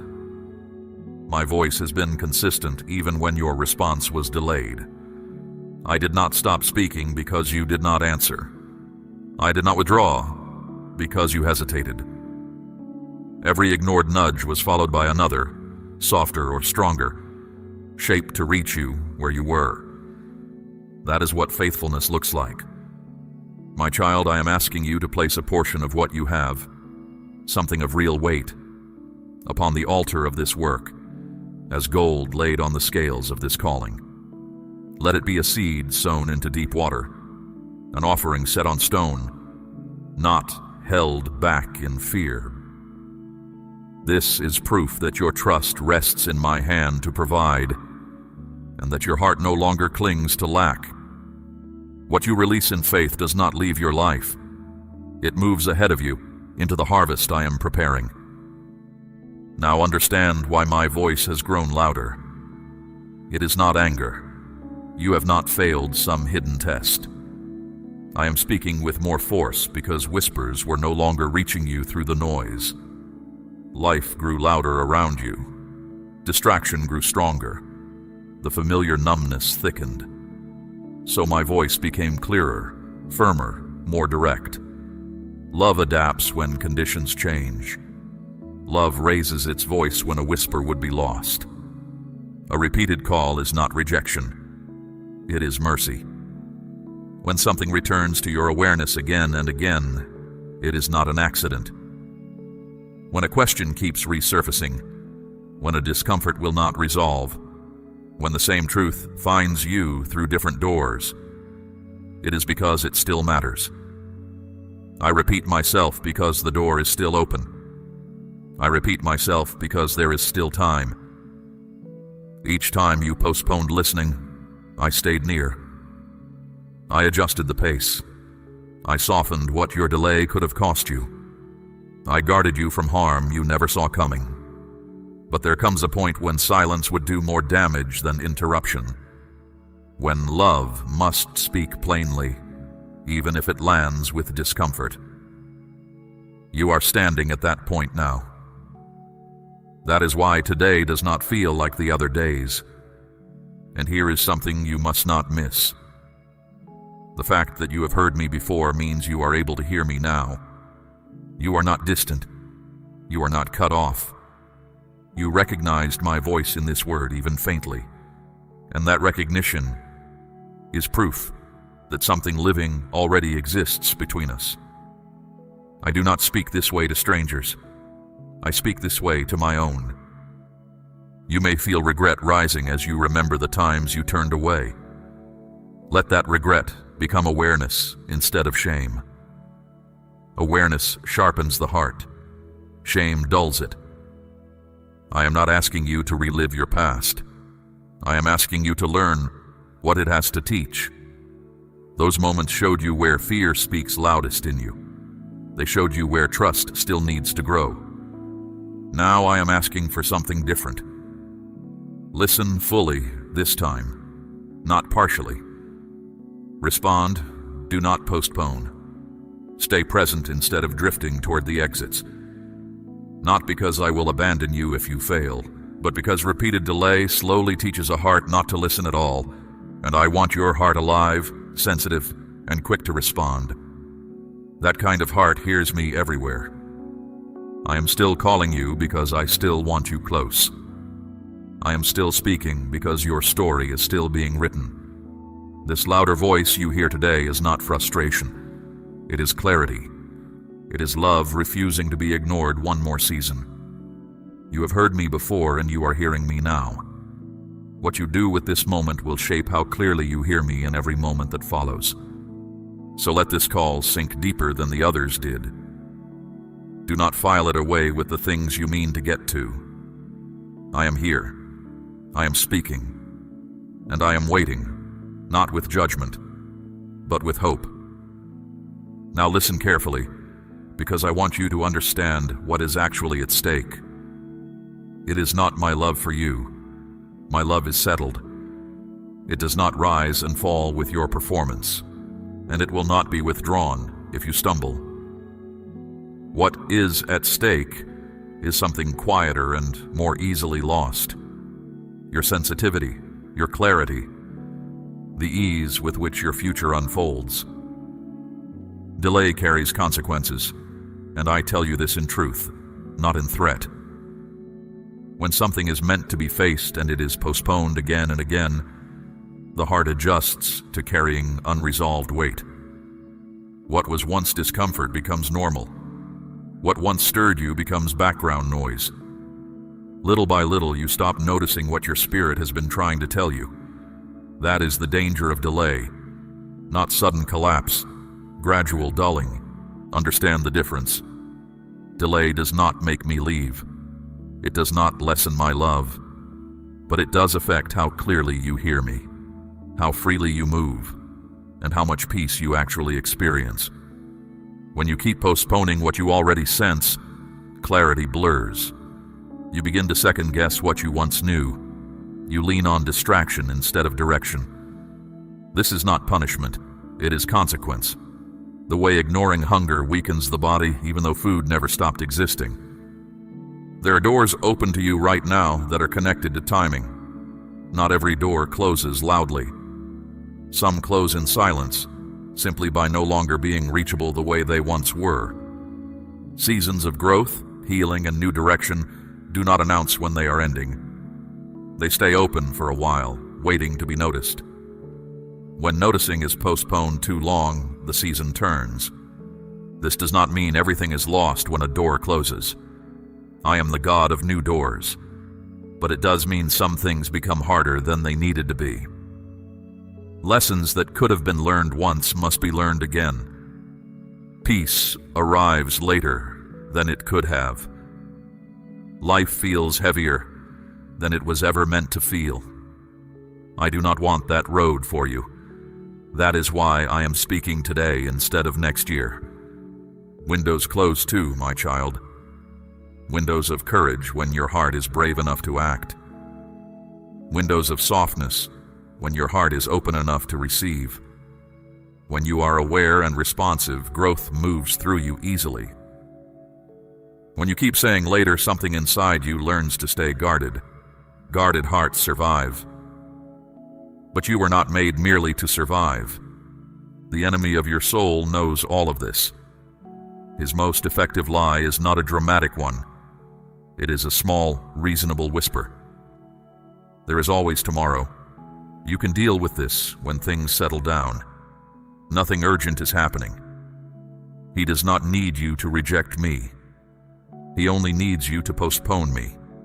Because a postponed decision is a decision he keeps winning by default, day after quiet day. That is why he would love for this word to wash over you and fade. He fears what happens when you finally act, because the moment you respond to me fully, patterns that have held you for years begin to lose their grip. So, do not be surprised that a dozen small urgencies are already tugging at your attention, telling you this can wait. It cannot. Not because I am impatient, but because you have waited long enough. Hear the difference between panic and urgency. Panic says everything will fall apart if you do not act this instant. Urgency says this matters enough to face now, while it can still be shaped gently. Panic scatters you. Urgency gathers you. I never speak panic over my children, but I will speak urgency, because urgency is what love sounds like when the moment is real. You may look around and see no dramatic choice in front of you and wonder what all this wait is for. That is because the most important shifts rarely look dramatic. They happen inside first. A willingness to listen. A decision to stop running from stillness. A choice to respond today instead of promising tomorrow. Those quiet inner turnings decide which outer paths remain open to you. If you set this word aside, nothing will explode. Life will simply continue. That is precisely what makes ignoring it so easy and so costly. You will move forward carrying a little more weight, a little more numbness, a little less clarity. And those small subtractions add up. One day you would find yourself asking why peace feels so far away, why direction is so hard to find, and the answer would not be one great mistake. It would be many small delays. But that is not the story I am writing for you. I am telling you all of this while your heart can still feel it, and the fact that you can feel it is worth more than you know. Numbness has not finished its work in you. There is still tenderness in you, still hunger, still a pull toward me. That pull is the proof that this moment has arrived on time. What is at stake is not my approval. You already have my love. What is at stake is whether you keep moving through your days unconsciously or begin to move with awareness and intention. Awareness opens a way forward. Unawareness circles the same ground for years. I am offering you the open way. So do not let fear rush you, and do not let comfort sing you back to sleep.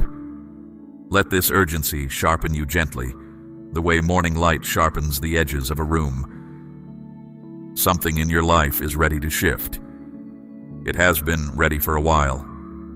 It was waiting for your attention, and your attention is finally here. Stay with me now.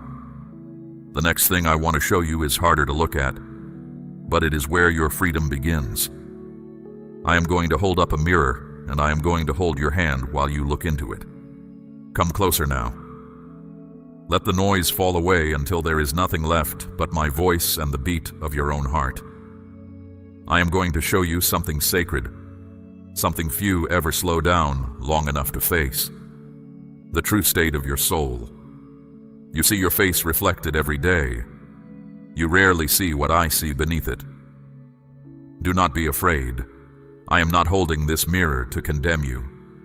I am holding it to heal you. You say you love me, and I know you mean it.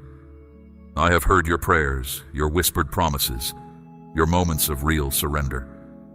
But your heart drifts, my child.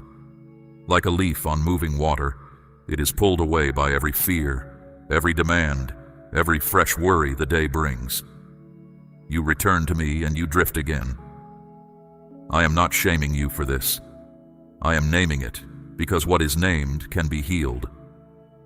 Look first at the striving. You have been trying to fix yourself without me. You told yourself, if I work harder, think better, pray more, I will finally get it right. You have carried burdens that were never sized for human shoulders and called it responsibility. You wanted results without relationship, peace without presence, blessing without surrender. And every time you ran ahead of me, the road grew rough. Not because I wanted you to fall, but because I wanted you to stop and look for me. Now look at the control. You have gripped your life tightly, believing that if you managed every outcome, you would finally be safe. But control was never safety, my child. It was fear wearing a confident face. You were never meant to steer the storm. You were meant to rest in the presence of the one who commands the wind and the waves. The tighter your grip, the more tired you became. You know this. You have felt it in your own hands. Look at the pride that whispers, I can handle this alone. Look at the resentment that still lingers from wounds others caused you, the ones you say you have released but still carry. Look at the guilt you keep in a hidden place, the shame you have never spoken aloud to anyone. I see all of it, every locked room, every buried thing. And hear me clearly, I am not repelled by any of it. I came for exactly this. I heal the brokenhearted. I set captives free. That is who I am. You have doubted my love because of your past. You assumed that what you did, or what was done to you, placed you outside my reach. It did not. When you ran, my eyes followed you. When you hid, my light kept finding you. There has never been a day when I looked at you and turned away. Not one. Even at your worst, I called you mine. You tell yourself that you trust me, but trust is more than words. Trust is the moment you hand me what you cannot understand. It is releasing the question why and accepting my answer of when. You have been afraid that surrender means losing yourself. It does not. Surrender is where you finally find yourself because you were never meant to carry your own existence like luggage. You were meant to be carried. So lay it down now. The worry you manage every waking hour, the anger you keep pressed beneath politeness, the exhaustion you hide behind capability, the plans you clutch because letting go feels like falling. Bring them all to me. I will not turn you away. I have never once turned you away. My hands still bear the marks of how far I went to bring you back. Those marks are not reminders of pain. They are the proof of what you are worth to me. Stop trying to earn what I have already given freely. You have spent years working for a love that was yours before you did anything at all. My grace does not rest on your perfection. It rests on your willingness to receive it. So stop striving, my child. and start receiving. That single shift will do more in you than a decade of trying harder. Look once more into the mirror, and this time see what I see. Where you see failure, I see a person still standing after battles no one else witnessed. Where you see weakness, I see the very places my strength intends to dwell. Where you see a story too far gone, I see chapters not yet written, and I hold the pen. You are not your worst season. You are not the words spoken over you by people who could not see your worth. Let me do now what you could never do for yourself. Let me wash what guilt has stained. Let me soften what pain has hardened. Let me open the rooms fear has kept locked, one door at a time, gently, at the pace your heart can bear. If tears come as I work, let them come. They are not weakness. They are the loosening of what has been held too tightly for too long. You were never meant to fix yourself. You were meant to be made whole in my presence. There is a difference, and today you are allowed to stop pretending otherwise. Come as you are, not cleaned up, not composed. As you are. That is the only way anyone has ever truly come to me. And do not rush away from this place, my child. Honesty like this is rare, and rare things deserve a moment to breathe. You have just seen yourself without the armor, and you are still standing, still loved, still mine. That alone should tell you something. The truth about you was never as dangerous as the hiding was. From this day on, let honesty be the ground you build on, because everything I build in you will stand on it. This honest look is not the end of the mirror.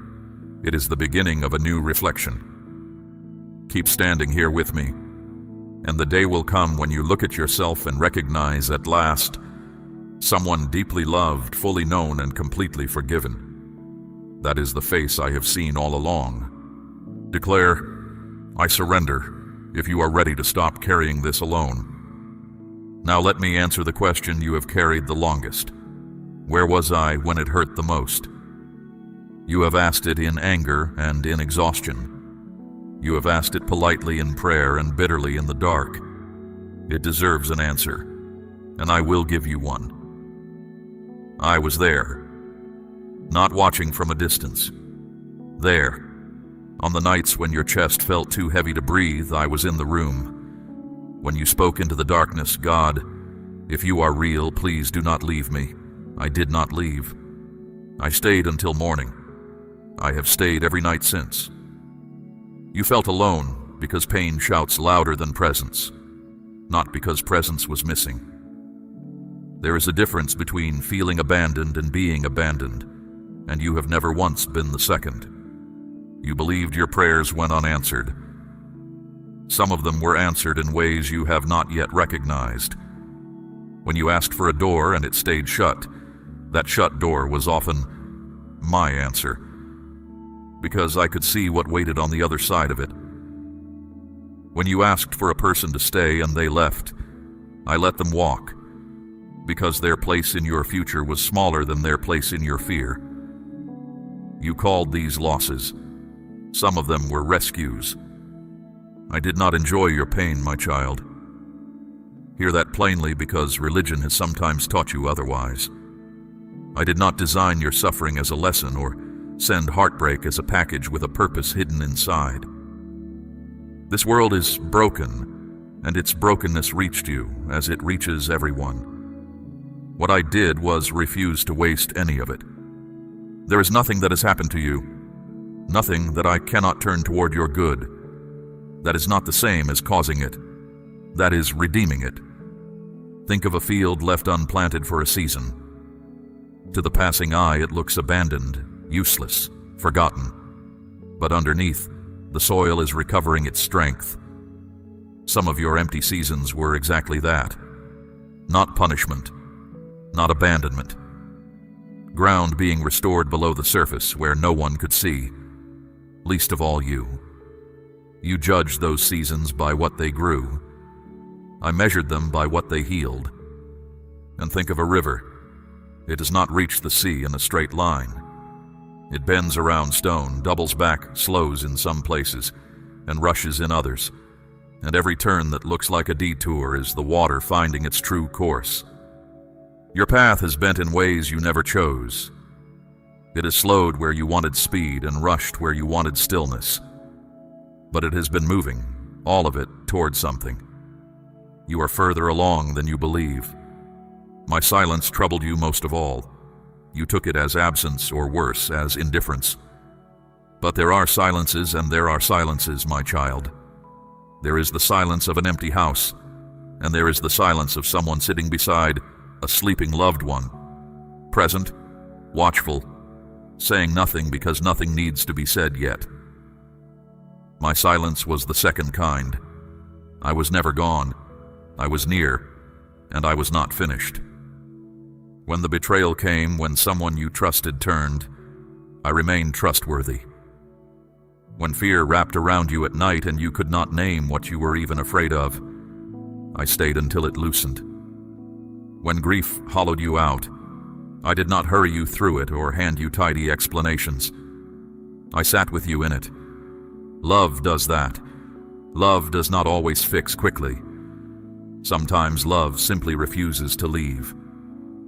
Look at your scars, the seen ones and the unseen ones. You have seen them as marks of damage. Look at them again. Every scar is a place where healing already happened. A scar is not an open wound. It is the mark of a wound that closed. You survived what you once believed would end you, and you did not survive it alone. My hand was under you in every fall that did not finish you. You have also wondered why some of my help arrived so late, by your measure. But I do not measure time the way you do. You count days. I weigh readiness, timing, and 100 moving pieces you will never see from where you stand. Some things I withheld because your hands were not yet free to hold them. Some things I delayed because they would have cost you more arriving early than they ever cost you arriving late. Not one delay was neglect. Not one. There were dangers that never reached you, and you will never know their names. Roads you did not take that would have broken something in you. Choices that fell through at the last moment and felt like failure, but were my hand quietly closing a way that led somewhere you could not afford to go. You have thanked me for the blessings you can see. One day you will thank me for the disasters you never met. So take the question you have carried, where were you? And let it be answered at last. I was in the room where the hardest news found you. I was in the silent kitchen long after midnight. I was on the long road home, when you broke down, where no one could see you. I was there, and I am here, and the same presence that carried you through what has ended will carry you through what has not yet begun. You do not have to understand every chapter to trust the author. You only have to know that I have never once let go of you, and I never will. What you walked through did not disqualify you. It did not push you outside my plan. You are still mine, still called, still carried. And the road ahead of you is not a repeat of the road behind. Let the old accusation fall silent now.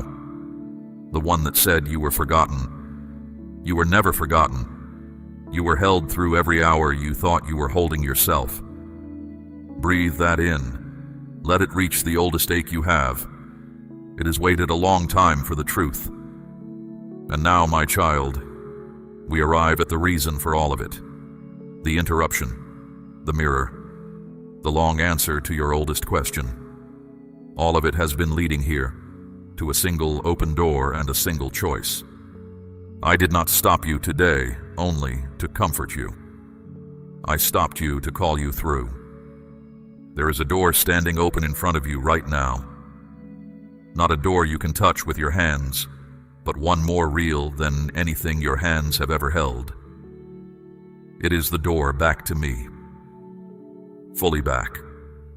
Not the halfway distance you have been living at, close enough to remember me, far enough to keep control.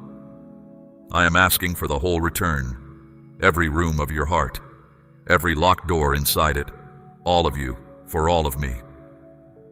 I will not pretend this door stands open forever in the same way. I told you that seasons turn and windows close, and I told you the truth. Not because my love expires. My love has no end.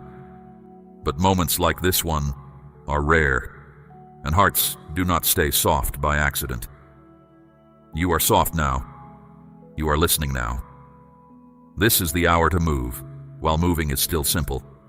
One honest yes. That is the entire distance between you and everything I'm about to describe. Hear what waits on the other side of your yes. The heaviness that has sat on your chest like a stone through season after season will begin to lift. Not all at once, but truly. The confusion that has circled your mind will start to clear the way. Fog clears when the sun climbs, slowly, then suddenly. The fears that have ruled your nights will lose their voices one by one. These are not poetic promises, my child. This is what I do. I am the God of turned tides and reopened roads. What was broken in you will be mended. What was taken from you will be answered with more than was lost. What has been delayed will move again, and some of it will move quickly, because it was never stuck. It was waiting. I will go ahead of you into days you have been afraid to imagine. I will level what stands against you. I will silence what has accused you. I have done this for generation after generation, and I have not changed. But I will not force your yes. Love cannot be commanded into a heart, only welcomed. So the enemy of your soul is telling you, even now in this final hour of this word, that you can decide later.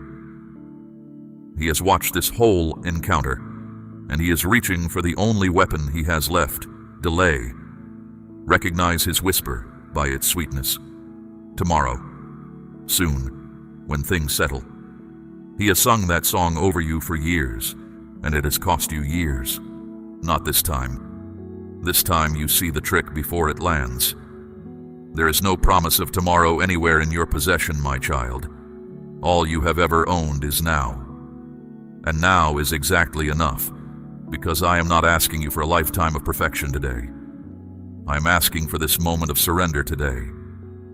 Lifetimes are built out of moments like this one, single, honest, unrepeatable.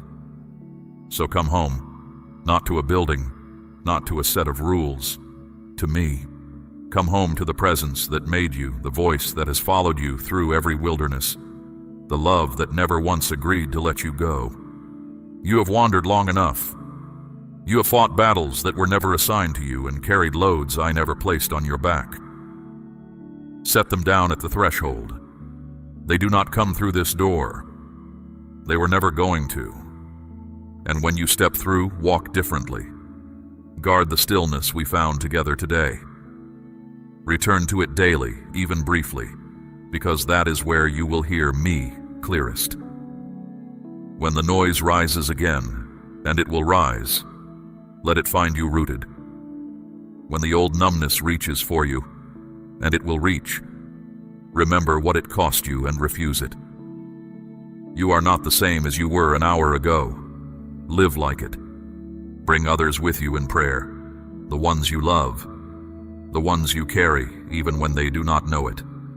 Speak peace over them.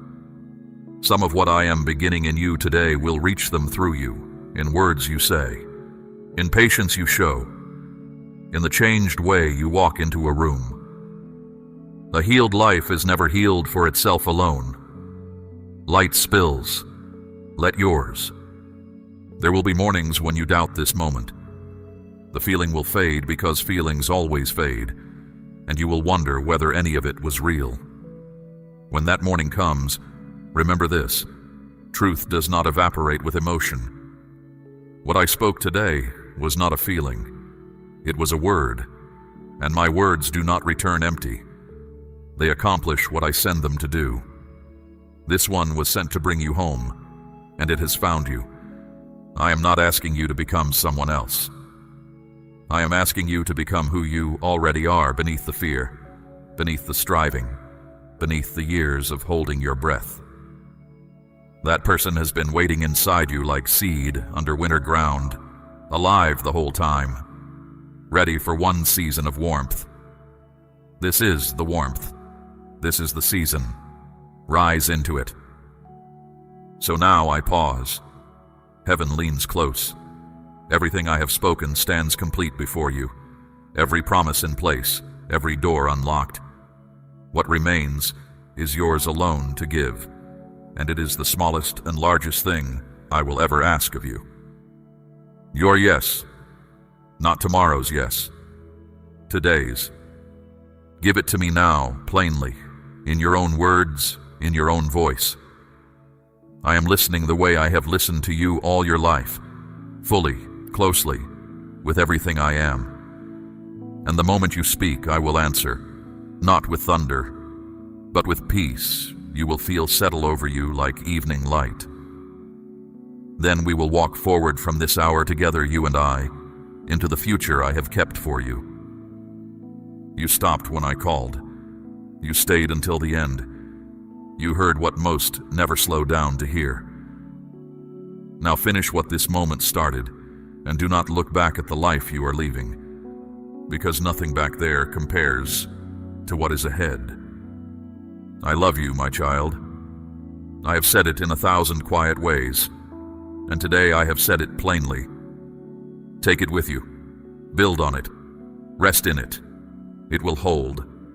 Say, yes, Lord, I choose you now, and let that be your first step through the open door. We run on viewer support only. For exclusive member-only content, scan the QR or see the pinned comment. God bless you.